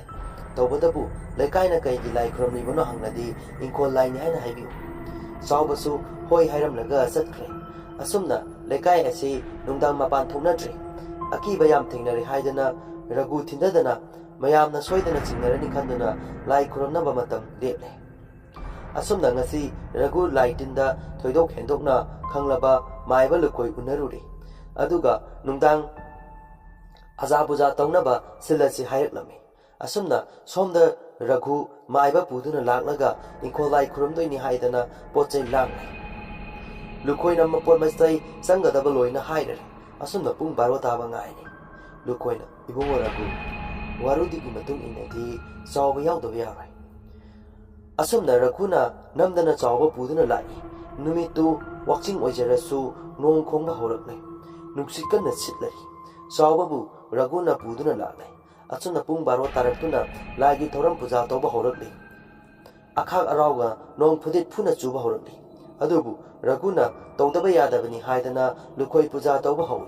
adubu aki batana thalaba ahing oirakli sakhi macha ani di kibana loirabani kari tawroktaino khanna chawbadi aki ba mata leitre masu langlenbu kari gumba kharadi wahalani haibase aduma khanglabani langlengi thawaidi awabatana thalladuna law khongli lukhoi mana thawaidu bu khudum challe khanna harauna khana nukli mapal haibada mapal leitraba lukhoini asumna puja loiselakadori adubu tainaba yadraba thawai oirakli aduna Raghuda onsinna wa hairakli maibana Raghu noi mafamse thadoktuna yamna thuna tamna leikro hayengmak natragadi mase phajinba yasre noi leitradai matri phonglaroi aduga sahi loiramdai sida sibanina sahi loiramdai gi 7 days di ma kungang sida adumak leibada tare aduna nakhoi leiradi hena khudong thigadori aduna noi mafamse thadokno adubu tang kun mangadagina kuntra mathoi phawba December kiniko numit asidi pujada yawriba misak amana sahi kudingi chathak piduna themdana thamba tare masimagna kana amatada achok apan nangdanaba puja haida tare aduna nakoi puja yawba amadi sahi kudingi chenagadori chawba khange aduma mangonda tarani haiba Raghuna hoi aza khangjarani ado aza thawai se amuk hanadi thoklaroi ko maibana thoklaroi adubu cheksello maibana di hekta lokthokpa yaba pot oiba phajinduna thambanina maiba khara haisingba tawradi adumak ngamkhini aduga atopa migi matengdi changani ko Ragu Chawbada Mamitu Paina Yingai, Chawba Mamai Nontai. Raguna Tauriba, Ingitu Makangi, Adubu Chawbanabu, Kaito Wangani. Asumna, Puzalo Isale, Chawbabu Raguna, Tema Yabatem, Pashapi, Adubu Lodi, Magi, Tagi Dudi, I hand below hiding. Gata Wanaya Damanina, Aina Diko, Hiraga Maibagi, Dokina Kalaga. Maibabu Maimda Tilagi Hide. Asumna, Raguna, Paisa Bandal Ama, Maibadapi, Adubu, Nakoi Hayamok, Wapamse Tadu to Natluko, no Nunicity, Mati Pong Kidori, Nakoi Uragana Hena Pongani, Aduna Niko, Asum Hiram Laga, Maibadu, Tindadana, Tule. Asumna, Nonganbaga, Makoi Delhi Salani Hidena, same Sadana Lady. Aduga, Nonganbaga, Delhi Sakre, Lakai the Nimpu, Nana Bahorabli, Adubu, Machin Ayamba Chawna Mele. Masasingi, Maka, Education, Delhi the Taurani Hidena, Tinkebani Hide. Asuna, Yum Anisi, Heidi, Sawaga, Masagiga, Sawaga, Yum Ragugiga, Sawana Senatana, Nasisulapi. Aduga, December 25 Tagina, 31 Pavadi, Sawana Temdana, Nasisu, Langin Tawaibu, Sangabasahi Marisi Temdana Lani. Masini Sunupa, Aina Wanimas, Aina Sikibaga, Mase, Ganana Timodori. Like I say, all from the Tarabayana Lady Benny. Madugin, Aina, Kananinda Tauribasi. Nganbadu, Tawaiwan, Pupu, Makogi Mungi Midi, Sunala Kitabraduma. Mapuna, Aina Tabada, Makoi Delida Dum Lake Hibani. Adubu Delida Lake Hibidi Mande die. Impaled the later, take out the Mokto Mumari. Tagi Tagi, Eggy season and Navani Haidana, by Satellite. Adu I am at the Sinate. Nang Mamana Dum Chin. Makoigi, Peshaga, Sopayavanate. Papu Doriman. Moy Pesase, Aina season of a Yawaga Isu, Huran Bayorwan Kawa. Nganbana, Adupu, Makoidi, Awabasu Tadana, the Kaigi, Awapamda, Gananaba, Langling Haksangse, May Takrase. Zawana, Bisnu Bisnu, Maduyade, the Kaina Equina Dumdogada, Aina Wakanga Kanga, Hide away, Ibo Arana Tahanduna, I wonder when a loina, Tahangadoribani. Adunani, Aina Nasi Papa, Lotun Lagibasi. Aduna Amoksu, Garamna Migi in Colche, Tauruni. Tauri Kanda Mi Kurgana Kandoba. Aduga, Poloiva Hebese, Part came to what Bayavanate. Aduna Equina, Tawada, Tabokto, my papa go. Adunani, Aina Sumasi said, the min lady was say. Nganadu, Wakal Nungai than a day. Langlian Budi, Nusivanina, Ma Langi Tawaibu, Tadu Nungai. Tang Amayo Credi, Unavasapang Larry. Aduna, Hantaki Matang Sida, Natana Langi Tawaibu, Harau Numaina, Lazanaba, Shinkina Natana Upai later reckonly. Mapu Yaudrasu, Mana Taunapana Dorage Kalani. Gari Tolagaba, Angana Maiba Saiba, Mountainly Hiva Pauru to Labani. Maka Gari Tolakani Tambangam Deko. Mapu Mana Gari Bizar Totarapa, Yengo the Die. Asumna, Nasigi Numitas Letle. Nganba, Horen Langan Unanaba, same Saduna Lady. Aduga Mana, Sana Mani Haidana, Nasisu, Jangu Pazina Sembi. Sauba, Masuna Tauribudu, Nusina Ying. Aduga Haidi. Kapadana, Shutomba, Pupuna Ying Lake Drabasu, Nano Sutunagi Sebase, Nana Lakuna Tobiuko, Pupuna Bukam Queen Hingani. Mapugi Wadu Tabata Nganba, Nungaitan Mapuda Ying. Saubana, Nasiga Numit Marini Hojan Cray, Matamse, Lucilla Cadore. Handaksu, Isubu in a Lyram Nenda, Tabangam Loidori. Wazan and Lenzaro Tamlamana, Mapok Hide the Poyamare. I never think we should not try. Nganana, Pupu, Nasula City, and a Luna Tawani. Asam Haina Tapazana Kupsidi, Aduga Mapuga Saksa Toplay. The Kai Mayamdi, Amatamapan Tonatre, Mati Pomba Horlani Haidana. Ningpuni Pungana Duna, Saubosutai. The Kana, Light Totle, me Tena Bayauri. Aduna, Mapan Tona no Haina Laubasu, Yauri. Asuna Matam Hosin Kibana, a hint Tenglatly. Sauba Amadi Ganba, Pote Kaya, Piratuna, Tenglaba a hing the Mapanda Torle. Nasina, quite the Ingba no Michuni. Ingba Zamdi Ganba, Langlen Uningmana, Krokro Kolavani. Asumna, Sauban and Lyron Sondana, Langlendo, Mapams on the land and Abasone. Kangodana, Asaba no Sikaloin and a lali. Langlendo, Aduga Zawagina the Liberi. Langlena, Pupu, ꯑꯩꯅ ꯄꯨꯄꯨꯒ ꯎꯅꯕ ꯐꯪꯗꯣꯏꯁꯦ ꯅꯨꯃꯤꯠ ꯃꯁꯤꯡ ꯌꯥꯝꯂꯛꯇ꯭ꯔꯦꯀꯣ ꯉꯥꯟꯕ ꯅꯪꯅꯁꯨ ꯎꯅꯕ ꯐꯪꯂꯔꯣꯏꯀꯣ ꯉꯁꯤ ꯅꯪꯅ ꯇꯝꯕꯤꯔꯤꯕ ꯆꯥꯛꯂꯦꯟꯁꯦ ꯌꯥꯝ ꯍꯥꯎꯏ ꯑꯗꯨꯝ ꯆꯥꯕꯁꯨ ꯐꯪꯂꯔꯣꯏ ꯑꯗꯨꯅ ꯄꯦꯟꯅ ꯆꯥꯒꯦꯀꯣ ꯉꯥꯟꯕꯅ ꯂꯥꯡꯂꯦꯟ ꯅꯪ ꯌꯥꯝ ꯋꯥꯔꯕꯣ ꯍꯥꯏꯗꯨꯅ ꯀꯞꯂꯦ ꯃꯁꯥꯅ ꯊꯧꯅꯥ ꯑꯃꯗꯤ ꯐꯨꯗꯣꯔꯛꯂꯤ ꯂꯥꯡꯂꯦꯟꯒꯤ ꯊꯋꯥꯏꯕꯨ ꯏꯪꯅ ꯆꯤꯛꯅ ꯂꯩꯅꯅꯕ ꯁꯤꯜꯂꯒꯦ ꯈꯜꯂꯤꯕꯅꯤ ꯄꯨꯄꯨ ꯑꯩꯈꯣꯏ ꯇꯨꯃꯤꯟꯅ ꯂꯩꯊꯣꯛꯄꯗꯤ ꯐꯠꯇ꯭ꯔꯦ ꯂꯥꯡꯂꯦꯟ ꯅꯪ ꯀꯩ ꯄꯥꯝꯃꯤ ꯐꯠꯇ꯭ꯔꯕ ꯃꯈꯣꯏꯗ ꯂꯃꯟ ꯈꯨꯝꯅꯤꯡꯕ꯭ꯔꯥ ꯂꯥꯡꯂꯦꯟꯅ ꯉꯥꯟꯕ ꯅꯪ ꯐꯅ ꯑꯣꯏꯗꯨꯅꯁꯨ ꯑꯩꯈꯣꯏꯅ ꯀꯩꯁꯨ ꯇꯧꯕ ꯉꯝꯂꯔꯣꯏ ꯈꯨꯀꯟ ꯄꯥꯡꯒꯟꯕ ꯉꯥꯛꯇꯅꯤ ꯅꯪ ꯑꯣꯏꯅ ꯑꯋꯥꯐꯝꯗ ꯇꯥꯒꯅꯤ ꯉꯥꯟꯕ ꯅꯪ ꯆꯦꯛꯁꯤꯟꯅ ꯐꯖꯅ ꯂꯩꯌꯨꯀꯣ ꯄꯨꯄꯨ ꯑꯩ ꯇꯨꯃꯤꯟꯅ ꯂꯩꯊꯣꯛꯂꯣꯏ ꯍꯌꯦꯡꯃꯛ ꯃꯥꯏꯕ ꯎꯅꯔꯨꯒꯅꯤ ꯆꯥꯎꯕ ꯄꯥꯈꯠꯅ ꯁꯤꯊꯣꯏꯕ ꯅꯪ ꯑꯗꯨꯒꯨꯝꯕꯩ ꯃꯇꯝ ꯅꯠꯇꯦꯀꯣ ꯇꯨꯃꯤꯟꯅ ꯂꯩꯈꯤꯁꯤꯀꯣ ꯉꯥꯟꯕꯅ ꯄꯨꯄꯨ ꯃꯥꯒꯤꯗꯃꯛ ꯑꯩꯈꯣꯏꯅ ꯁꯨꯃꯥꯏꯅ ꯇꯧꯕꯤꯗꯕ ꯇꯥꯔꯒꯗꯤ ꯀꯅꯥꯅ ꯇꯧꯕꯤꯒꯅꯤ ꯂꯥꯡꯂꯦꯟꯅ ꯉꯥꯟꯕꯕꯨ ꯊꯦꯝꯖꯤꯜꯂꯛꯏ ꯉꯥꯟꯕ ꯅꯪ ꯑꯗꯨꯃꯥꯏꯅ ꯇꯧꯔꯣ ꯑꯩ ꯋꯥꯔꯁꯨ ꯑꯁꯨꯝ ꯂꯦꯟꯖꯁꯅꯨ ꯉꯥꯟꯕꯅ ꯅꯪꯕꯨ ꯃꯐꯝꯁꯤꯗꯒꯤ ꯁꯣꯏꯗꯅ ꯊꯥꯗꯣꯛꯍꯟꯒꯅꯤ ꯑꯗꯨꯒ ꯅꯈꯨꯠ ꯄꯦꯟꯅ ꯃꯈꯣꯏꯕꯨ ꯂꯃꯟ ꯈꯨꯝꯍꯟꯒꯅꯤ ꯐꯠꯇ꯭ꯔꯕ ꯃꯈꯣꯏ ꯃꯥꯂꯦꯝꯁꯤꯗ ꯍꯤꯡꯍꯜꯂꯣꯏꯁꯤ ꯑꯩ ꯕꯕꯥꯒꯁꯨ ꯋꯥꯔꯤ ꯁꯥꯒꯅꯤ ꯐꯠꯇ꯭ꯔꯕ ꯃꯈꯣꯏꯒꯤꯗꯃꯛ ꯑꯩꯈꯣꯏꯅ ꯋꯥꯐꯝ ꯊꯣꯛꯇꯦ ꯂꯥꯡꯂꯦꯟꯁꯨ ꯃꯐꯝꯁꯤꯗꯩꯕꯨ ꯊꯣꯛꯂꯒꯗꯤ ꯈꯟ ꯃꯥꯅ ꯃꯁꯥꯅ ꯂꯃꯟ ꯈꯨꯝꯅꯤꯡꯂꯤꯕꯅꯤ ꯑꯗꯨꯅ ꯃꯣꯃꯣꯟ ꯍꯥꯏꯐꯦꯠꯇꯤ ꯅꯣꯛꯆꯩ ꯆꯥꯎꯕ ꯄꯥꯈꯠꯄ ꯍꯦꯟꯖꯤꯜꯂꯛꯏ ꯑꯗꯨꯕꯨ ꯊꯣꯛꯂꯕ ꯑꯃ ꯂꯥꯛꯆꯔꯅꯤ ꯈꯜꯂꯛꯏ ꯑꯁꯨꯝꯅ ꯂꯥꯡꯂꯦꯟꯁꯨ ꯆꯠꯍꯟꯈ꯭ꯔꯦ ꯃꯄꯨ ꯃꯁꯨꯗꯨ ꯐꯃꯨꯡꯗ ꯀꯥꯈꯠꯂꯛꯂꯦ ꯑꯁꯨꯝꯅ ꯅꯨꯃꯤꯠꯇꯨꯃ ꯍꯧꯈ꯭ꯔꯦ ꯅꯣꯡꯉꯥꯟꯕꯒ ꯃꯅꯤꯒ ꯊꯣꯏꯕꯤꯒ ꯂꯥꯛꯂꯦ ꯉꯥꯟꯕ ꯃꯃꯥꯅ ꯆꯥꯛ ꯊꯣꯡꯕ ꯆꯪꯂꯤꯉꯩ ꯃꯄꯥꯒ ꯋꯥꯔꯤ ꯁꯥꯟꯅꯕ ꯍꯧꯔꯛꯂꯦ ꯆꯥꯎꯕꯁꯨ ꯃꯁꯨꯅ ꯄꯥꯝꯃꯤꯗꯣ ꯇꯧꯖꯔꯁꯅꯨ ꯈꯜꯂꯤ ꯑꯗꯨꯅ ꯀꯩ ꯊꯣꯛꯂꯒꯕ ꯍꯥꯏꯕꯗꯨ ꯇꯝꯕ ꯉꯝꯗꯅ ꯂꯩꯔꯤ ꯑꯁꯨꯝꯅ ꯉꯥꯟꯕꯅ ꯃꯄꯥꯗ ꯂꯥꯡꯂꯦꯟꯒꯤ ꯊꯣꯛꯈꯤꯕ ꯑꯃꯗꯤ ꯍꯧꯖꯤꯛ ꯑꯣꯏꯔꯤꯕ ꯖꯒꯥꯁꯤꯒꯤ ꯐꯤꯕꯝ ꯆꯞ ꯆꯥꯅ ꯇꯝꯃꯤ ꯃꯅꯤ ꯊꯥꯖꯗꯦ ꯑꯗꯨꯕꯨ ꯃꯀꯨ ꯌꯥꯎꯅ ꯇꯝꯃꯕꯅꯤꯅ ꯃꯅꯤ ꯀꯣꯛ ꯄꯥꯏꯗꯨꯅ ꯈꯥꯡꯉꯤ ꯑꯃꯠꯇ ꯄꯣꯛꯆꯕ ꯃꯆꯥꯁꯤ ꯑꯁꯣꯏ ꯑꯉꯥꯝ ꯌꯥꯎꯔꯒꯗ꯭ꯔꯥ ꯄꯥꯈꯠꯂꯤ ꯑꯗꯨꯕꯨ ꯑꯐꯕꯒꯤꯗꯃꯛ ꯃꯊ꯭ꯋꯥꯏ ꯊꯥꯕꯗ ꯄꯥꯝꯃꯨꯒꯗꯕ ꯃꯅꯤꯗꯤ ꯅꯠꯇꯦ ꯄꯨꯛꯆꯦꯜ ꯆꯥꯎꯅ ꯍꯧꯔꯛꯄ ꯂꯩꯀꯥꯏꯅ ꯌꯥꯕ ꯃꯤꯁꯛꯅꯤ ꯑꯗꯨꯅ ꯃꯆꯥꯅ ꯂꯤꯔꯤꯕ ꯋꯥꯔꯤꯗꯨ ꯃꯥꯁꯨ ꯀꯩ ꯇꯧꯁꯤꯒ ꯈꯜꯂꯤ ꯑꯗꯨꯅ ꯀꯩꯗ ꯇꯥꯏ ꯃꯥꯏꯕ ꯑꯐꯕ ꯑꯃ ꯊꯤꯕꯗ ꯇꯥꯔꯦ ꯑꯁꯨꯝꯅ ꯊꯤꯟꯗꯗꯅ ꯃꯀꯨꯗ ꯋꯥ ꯁꯤꯟꯅꯔꯝꯃꯒ ꯃꯅꯤ ꯉꯥꯟꯕ ꯄꯨꯗꯨꯅ ꯒꯥꯔꯤ ꯊꯧꯗꯣꯛꯇꯨꯅ ꯊꯣꯔꯛꯂꯦ ꯑꯗꯨꯒ ꯈꯔ ꯍꯥꯏꯊꯔꯒ ꯃꯥꯏꯕ ꯇꯣꯝꯆꯧꯒꯤꯗ ꯂꯥꯛꯂꯦ ꯑꯁꯨꯝ ꯊꯧꯔꯛꯄꯅ ꯇꯣꯝꯆꯧꯒꯤ ꯖꯒꯥꯗꯨ ꯌꯧꯔꯦ ꯃꯤꯅ ꯀ꯭ꯌꯨ ꯂꯦꯞꯍꯧꯏ ꯑꯐꯥꯎꯕ ꯃꯥꯏꯕꯅꯤ ꯃꯅꯤ ꯍꯥꯟꯅ ꯃꯥꯒꯤ ꯃꯒꯨꯟ ꯈꯪꯂꯕꯅꯤ ꯑꯗꯨꯃꯛꯅ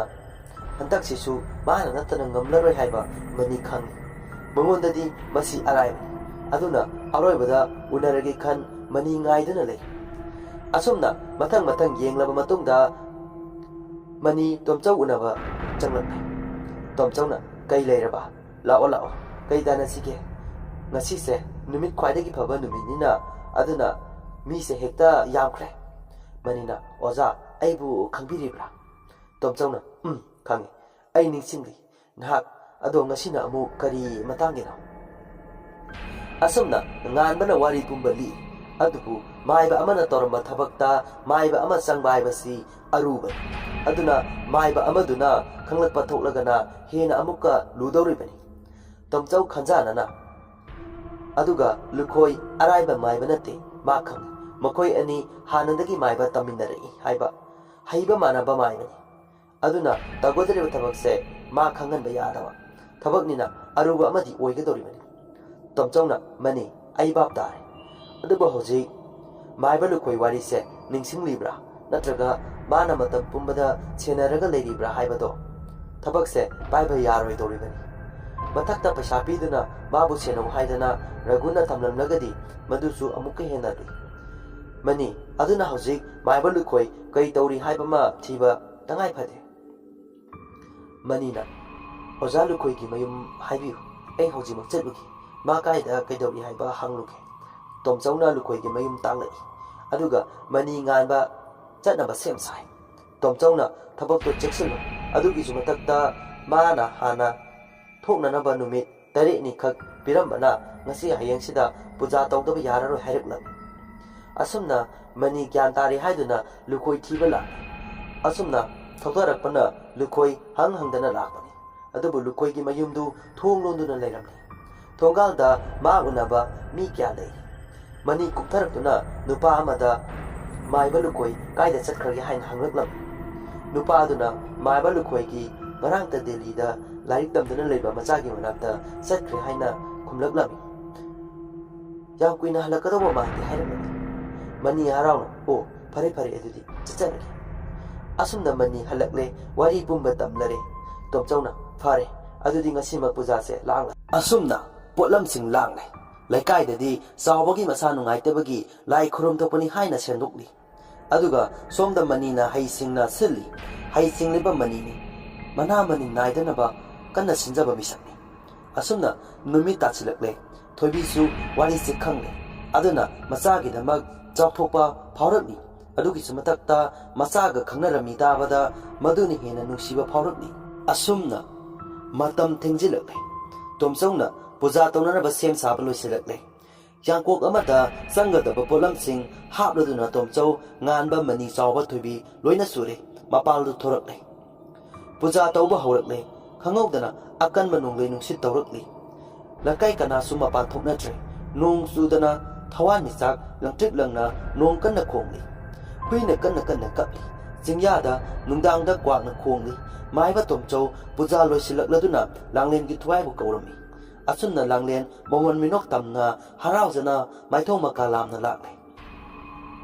ꯑꯁꯨꯝꯅ ꯊꯣꯏꯕꯤꯒ ꯃꯅꯤꯒꯁꯨ ꯂꯥꯡꯂꯦꯟꯒ ꯁꯛ ꯈꯪꯅꯔꯦ꯫ ꯋꯥꯔꯤ ꯄꯨꯝꯕ ꯈꯪꯂꯕ ꯇꯣꯝꯆꯧ ꯐꯥꯎꯕꯅ ꯅꯨꯡꯁꯤꯔꯕ ꯂꯥꯡꯂꯦꯟꯒꯤ ꯁꯛ ꯎꯕꯗ ꯃꯁꯨꯒꯨꯝ ꯅꯨꯡꯁꯤꯕ ꯐꯥꯎꯔꯛꯂꯤ꯫ ꯇꯣꯝꯆꯧꯅ "ꯁꯦ ꯅꯪꯅ ꯆꯥꯅꯤꯡꯕ ꯆꯥꯔꯣꯀꯣ, ꯃꯁꯤꯅ ꯇꯥꯏꯕꯪꯗ ꯅꯪꯅ ꯆꯥꯕ ꯐꯪꯒꯗꯕ ꯑꯔꯣꯏꯕꯅꯤ꯫ ꯑꯗꯨꯅ ꯅꯄꯨꯛ ꯐꯅ ꯆꯥꯍꯧꯔꯣꯀꯣ"꯫ ꯂꯥꯡꯂꯦꯟ ꯃꯃꯤꯠꯇꯒꯤ ꯃꯄꯤ ꯆꯗꯨꯝ ꯆꯗꯨꯝ ꯇꯥꯅ ꯀꯞꯂꯤ꯫ ꯃꯥꯒꯤ ꯅꯨꯡꯁꯤꯔꯕ ꯃꯃꯥ ꯃꯄꯥꯒ ꯂꯥꯏꯔꯪꯂꯦꯟꯗ ꯂꯩꯔꯨꯔꯒꯦ ꯈꯜꯂ ꯃꯥꯜꯂꯦ꯫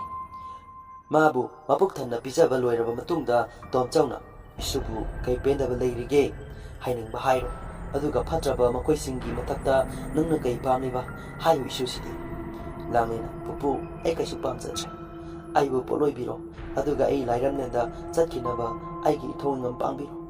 ꯑꯩ ꯆꯠꯆꯔꯒꯦ꯫ ꯐꯠꯇ꯭ꯔꯕ ꯃꯐꯝꯁꯤꯗ ꯑꯩ ꯂꯩꯅꯤꯡꯗ꯭ꯔꯦ꯫ ꯃꯃꯥ ꯕꯕꯥꯒ ꯂꯥꯏꯔꯪꯂꯦꯟꯗ ꯅꯨꯡꯉꯥꯏꯅ ꯂꯩꯖꯧꯔꯒꯦ꯫ ꯉꯥꯟꯕ, ꯅꯪ ꯑꯩꯕꯨꯗꯤ ꯋꯥꯔꯧꯅꯨꯀꯣ꯫ ꯀꯨꯏꯅ ꯁꯥꯡꯅ ꯇꯤꯟꯅꯧ ꯇꯝꯂꯝꯗꯕꯅ ꯃꯄꯣꯛꯁꯤꯒꯤ ꯅꯪꯒ ꯎꯅꯕ ꯐꯪꯂꯔꯣꯏꯀꯣ꯫ ꯄꯨꯄꯨ, ꯅꯁꯨꯅ ꯄꯨꯄꯨꯕꯨꯗꯤ ꯊꯃꯣꯏ ꯁꯦꯡꯅ ꯅꯨꯡꯁꯤꯖꯩ꯫ ꯄꯨꯄꯨ, ꯆꯍꯤ ꯀꯨꯝ ꯈꯨꯗꯤꯡꯒꯤ ꯑꯩꯒꯤ ꯑꯆꯥ ꯑꯊꯛ ꯇꯝꯕꯤꯕꯗꯤ ꯂꯦꯞꯀꯅꯨꯀꯣ ꯑꯩ ꯂꯥꯛꯇ꯭ꯔꯕꯁꯨ꯫ ꯑꯁꯨꯝꯅ ꯃꯌꯥꯝꯗꯨ ꯍꯣꯛ ꯈꯪꯅ ꯀꯞꯅꯔꯤ꯫ ꯇꯣꯝꯆꯧꯅ ꯊꯦꯡꯖꯤꯜꯂꯛꯂꯦ꯫ "ꯐꯔꯦ ꯏꯁꯨꯅꯨꯄꯤ, ꯅꯪꯕꯨ ꯃꯐꯝꯁꯤꯗꯩ ꯂꯧꯊꯣꯛꯂꯒꯦ꯫ ꯑꯗꯨꯒ ꯅꯪꯅ ꯄꯥꯝꯕ ꯃꯑꯣꯡꯗ ꯂꯃꯟ ꯈꯨꯝꯖꯔꯨꯔꯣ꯫ ꯑꯗꯨꯒ ꯅꯪꯒꯤ ꯍꯛꯆꯥꯡꯁꯦ ꯄꯣꯠꯂꯣꯏꯕꯤꯔꯒꯦ꯫ ꯍꯌꯦꯡ ꯐꯥꯎꯕꯗ ꯅꯪꯉꯣꯟꯗ ꯄꯤꯔꯤꯕ ꯊꯧꯗꯥꯡꯁꯦ ꯂꯣꯏꯁꯤꯟꯖꯔꯣ꯫ ꯑꯗꯨꯒ ꯍꯌꯦꯡ ꯅꯨꯡꯗꯥꯡ ꯅꯪꯒꯤꯗꯃꯛꯇ ꯑꯩꯅ ꯑꯋꯥ ꯄꯣꯠꯂꯨꯝ ꯂꯧꯊꯣꯛꯂꯒꯦ꯫ ꯉꯁꯤꯒꯤ ꯑꯣꯏꯅ ꯅꯪꯕꯨ ꯃꯐꯝꯁꯤꯗꯩ ꯊꯥꯗꯣꯛꯂꯕꯅꯤ꯫ ꯑꯗꯨꯒ ꯃꯈꯣꯏ ꯃꯔꯤ ꯅꯠꯇꯅ ꯑꯇꯣꯞꯄ ꯀꯅꯥ ꯑꯃꯠꯇꯗ ꯀꯤꯍꯟ ꯈꯪꯍꯟꯕ, ꯑꯁꯣꯛ ꯑꯄꯟ ꯅꯪꯍꯟꯕ ꯌꯥꯗꯦ꯫ ꯃꯈꯣꯏꯗꯤ ꯃꯁꯥꯒꯤ ꯃꯄꯥꯞꯇꯅ ꯃꯊꯋꯥꯏ ꯊꯥꯖꯒꯗꯕꯅꯤ꯫ ꯏꯁꯣꯔ ꯃꯥꯅꯁꯨ ꯌꯥꯒꯅꯤ꯫ ꯑꯗꯨꯅ ꯏꯁꯨꯅ ꯄꯥꯝꯅ ꯃꯈꯣꯏ ꯃꯃꯥ ꯃꯆꯥ ꯃꯄꯥꯕꯨ ꯄꯨꯟꯅ ꯂꯃꯟ ꯈꯨꯝꯖꯔꯨꯔꯣ"꯫ ꯍꯥꯏꯗꯨꯅ ꯂꯥꯡꯂꯦꯟꯒꯤ ꯑꯇꯃꯥ ꯑꯗꯨꯕꯨ ꯊꯥꯗꯣꯛꯈ꯭ꯔꯦ꯫ ꯑꯁꯨꯝꯅ ꯁꯣꯝꯗꯅ ꯇꯣꯝꯆꯧꯅ ꯂꯥꯏ ꯈꯨꯔꯨꯝꯗꯨꯅ ꯂꯥꯡꯂꯦꯟ ꯊꯥꯗꯣꯛꯈꯤꯕꯗꯨ ꯑꯁꯣꯝꯗ ꯂꯨꯈꯣꯏꯗ ꯀꯩꯒꯨꯝꯕ ꯑꯃ ꯐꯥꯎꯔꯛꯂꯤ꯫ ꯑꯗꯨꯅ ꯂꯨꯈꯣꯏ ꯃꯥꯁꯨ ꯃꯟꯇ꯭ꯔ ꯖꯟꯇ꯭ꯔ ꯁꯥꯗꯨ ꯇꯧꯗꯨꯅ ꯀꯔꯤ ꯑꯁꯣꯏꯕ ꯇꯧꯔꯦ ꯍꯥꯏꯗꯨꯅ ꯊꯤꯕ ꯍꯧꯔꯛꯂꯦ꯫ ꯈꯪꯂꯦ ꯃꯥꯁꯨ, ꯑꯗꯨꯕꯨ ꯃꯥꯅ ꯗꯦꯜꯂꯤꯗ ꯂꯩꯕꯅ ꯃꯈꯣꯏꯕꯨ ꯀꯟꯕ ꯉꯝꯂꯣꯏꯗꯧꯔꯦ꯫ ꯑꯗꯨꯅ ꯇꯨꯃꯤꯟꯅ ꯂꯩꯁꯤꯜꯂꯒꯦ ꯈꯟꯈ꯭ꯔꯦ꯫ ꯑꯗꯨꯒ ꯀꯣꯜ ꯇꯧꯔꯛꯇꯅꯕ ꯍꯥꯏꯗꯅ ꯐꯣꯟꯁꯨ ꯑꯣꯐ ꯊꯝꯖꯤꯜꯂꯦ꯫ ꯃꯆꯤꯟꯗ ꯁꯣꯜꯂꯤ꯫ "ꯑꯗꯨ ꯐꯠꯇꯕ ꯅꯈꯣꯏꯗꯤ ꯁꯤꯖꯈ꯭ꯔꯣ"꯫ ꯇꯧꯔꯛꯂꯤꯕ ꯊꯕꯛꯇꯨ ꯇꯣꯝꯆꯧꯅ ꯑꯣꯏꯕꯅ ꯂꯨꯈꯣꯏꯅꯁꯨ ꯐꯣꯟꯗꯒꯤ ꯑꯣꯏꯔꯔꯣꯏ ꯈꯪꯂꯕꯅꯤ꯫ ꯑꯗꯨꯅ ꯃꯥꯁꯨ ꯇꯨꯃꯤꯟꯅ ꯂꯩꯁꯤꯟꯗꯨꯅ ꯐꯣꯟꯗꯨ ꯑꯣꯐ ꯊꯝꯖꯤꯟꯈ꯭ꯔꯦ꯫ ꯑꯁꯨꯝꯅ ꯇꯣꯝꯆꯧꯁꯨ ꯑꯍꯤꯡ ꯂꯥꯛꯂꯦ꯫ ꯍꯌꯦꯡꯒꯤꯗꯃꯛ ꯁꯦꯝ ꯁꯥꯗꯨꯅ ꯂꯩ꯫ ꯂꯩꯀꯥꯏ ꯈꯪꯗꯕ ꯀꯟꯅ ꯍꯣꯠꯅꯔꯤ꯫ ꯑꯁꯨꯝꯅ ꯅꯣꯡꯉꯥꯜꯂꯦ꯫ ꯉꯁꯤꯗꯤ ꯕꯥꯏ ꯕꯥꯏꯅꯤ ꯍꯥꯏꯗꯅ ꯔꯘꯨ ꯏꯃꯨꯡ ꯃꯅꯨꯡ ꯄꯨꯅ ꯀꯣꯏꯕ ꯆꯠꯅꯕ ꯁꯤꯜꯂꯤ꯫ ꯑꯗꯨꯒ ꯍꯌꯦꯡꯅ ꯅ꯭ꯌꯨ ꯏꯌꯥꯔꯒꯤ ꯄꯤꯛꯅꯤꯛꯀꯁꯨ ꯁꯤꯜꯂꯤ꯫ ꯑꯁꯨꯝꯅ ꯃꯈꯣꯏ ꯃꯔꯤ ꯒꯥꯔꯤ ꯊꯧꯗꯣꯔꯛꯂꯦ꯫ ꯑꯗꯨꯒ ꯀꯣꯏꯕ ꯆꯠꯈ꯭ꯔꯦ꯫ ꯃꯣꯏꯔꯥꯡꯂꯣꯝꯗ ꯀꯥꯞꯊꯔꯛꯂꯤ꯫ ꯀꯣꯏꯕ ꯌꯥꯕ ꯀꯣꯏꯔꯦ, ꯂꯥꯡꯕ ꯌꯥꯕ ꯂꯥꯡꯂꯦ꯫ ꯌꯥꯆꯪꯂꯛꯂꯕꯅꯤ꯫ ꯇꯟꯖꯥ ꯑꯗꯨꯗ ꯔꯘꯨꯗ ꯀꯣꯜ ꯑꯃ ꯂꯥꯛꯂꯤ꯫ ꯋꯥꯔꯤ ꯉꯥꯏꯍꯥꯛ ꯁꯥꯟꯅꯔꯒ ꯔꯘꯨꯅ "ꯃꯃꯥ, ꯑꯩꯈꯣꯏꯁꯦ ꯊꯕꯛ ꯃꯐꯝꯂꯣꯝꯗ ꯑꯝꯇ ꯆꯠꯇ ꯌꯥꯔꯣꯏꯗꯧꯔꯤ꯫ ꯑꯥꯗ ꯃꯤ ꯈꯠꯅꯕ ꯌꯥꯎꯔꯦ ꯍꯥꯏ꯫ ꯀꯩꯗꯧꯔꯖꯥꯠꯅꯣ ꯈꯪꯗ꯭ꯔꯦ"꯫ ꯑꯁꯨꯝꯅ ꯔꯘꯨꯅ ꯍꯥꯏꯕꯗꯒꯤ ꯃꯈꯣꯏ ꯃꯃꯥ ꯃꯆꯥ ꯃꯔꯤ ꯄꯨꯟꯅ ꯊꯕꯛ ꯃꯐꯝꯗ ꯒꯥꯔꯤ ꯊꯧꯗꯣꯔꯛꯂꯦ꯫ ꯃꯐꯝꯗꯨ ꯌꯧꯔꯗꯨꯅ ꯔꯘꯨ ꯀꯩ ꯇꯧꯔꯕꯅꯣ ꯍꯥꯏꯅ ꯌꯦꯡꯁꯤꯜꯂꯤ꯫ ꯑꯗꯨꯕꯨ ꯖꯒꯥꯗꯨ ꯃꯤ ꯑꯃꯠꯇ ꯂꯩꯔꯝꯗꯦ ꯂꯣꯏꯅ ꯁꯨꯇꯤ ꯆꯠꯈ꯭ꯔꯕꯅꯤ ꯀꯅꯥꯁꯨ ꯂꯩꯔꯝꯗ꯭ꯔꯦ ꯔꯘꯨ ꯚꯥꯞ ꯈꯪꯇꯥ ꯇꯥꯔꯛꯂꯤ ꯊꯕꯛ ꯁꯨꯕꯈꯩꯗꯤ ꯂꯣꯏꯅ ꯉꯔꯥꯡ ꯍꯟꯈ꯭ꯔꯗꯥꯏꯅꯦ ꯐꯣꯟꯗꯨ ꯂꯧꯊꯣꯛꯇꯨꯅ ꯌꯦꯡꯉꯨꯕꯗ ꯅꯝꯕꯔꯗꯨ ꯌꯥꯎꯔꯝꯗ꯭ꯔꯦ ꯃꯆꯤꯟꯗ ꯆꯣꯜꯂꯤ ꯍꯧꯖꯤꯛ ꯀꯣꯜ ꯇꯧꯔꯛꯏꯗꯨꯅ ꯀꯅꯥ ꯅꯝꯕꯔꯁꯨ ꯌꯥꯎꯔꯝꯗ꯭ꯔꯤꯁꯤꯅ ꯀꯔꯤꯒꯤ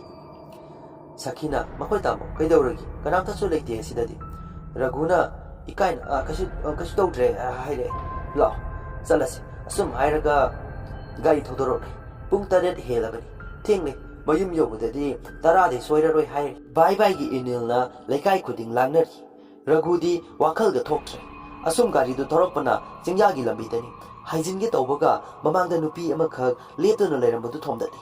ꯁꯈꯤ ꯀꯟꯅ ꯂꯥꯎꯏ ꯃꯈꯣꯏ ꯇꯥꯃꯣ ꯔꯘꯨ ꯒꯥꯔꯤꯗꯨ ꯈꯥꯝꯃꯤ ꯍꯨꯃꯥꯡ ꯑꯅꯕꯤꯁꯨ ꯀꯥꯔꯛꯂꯤ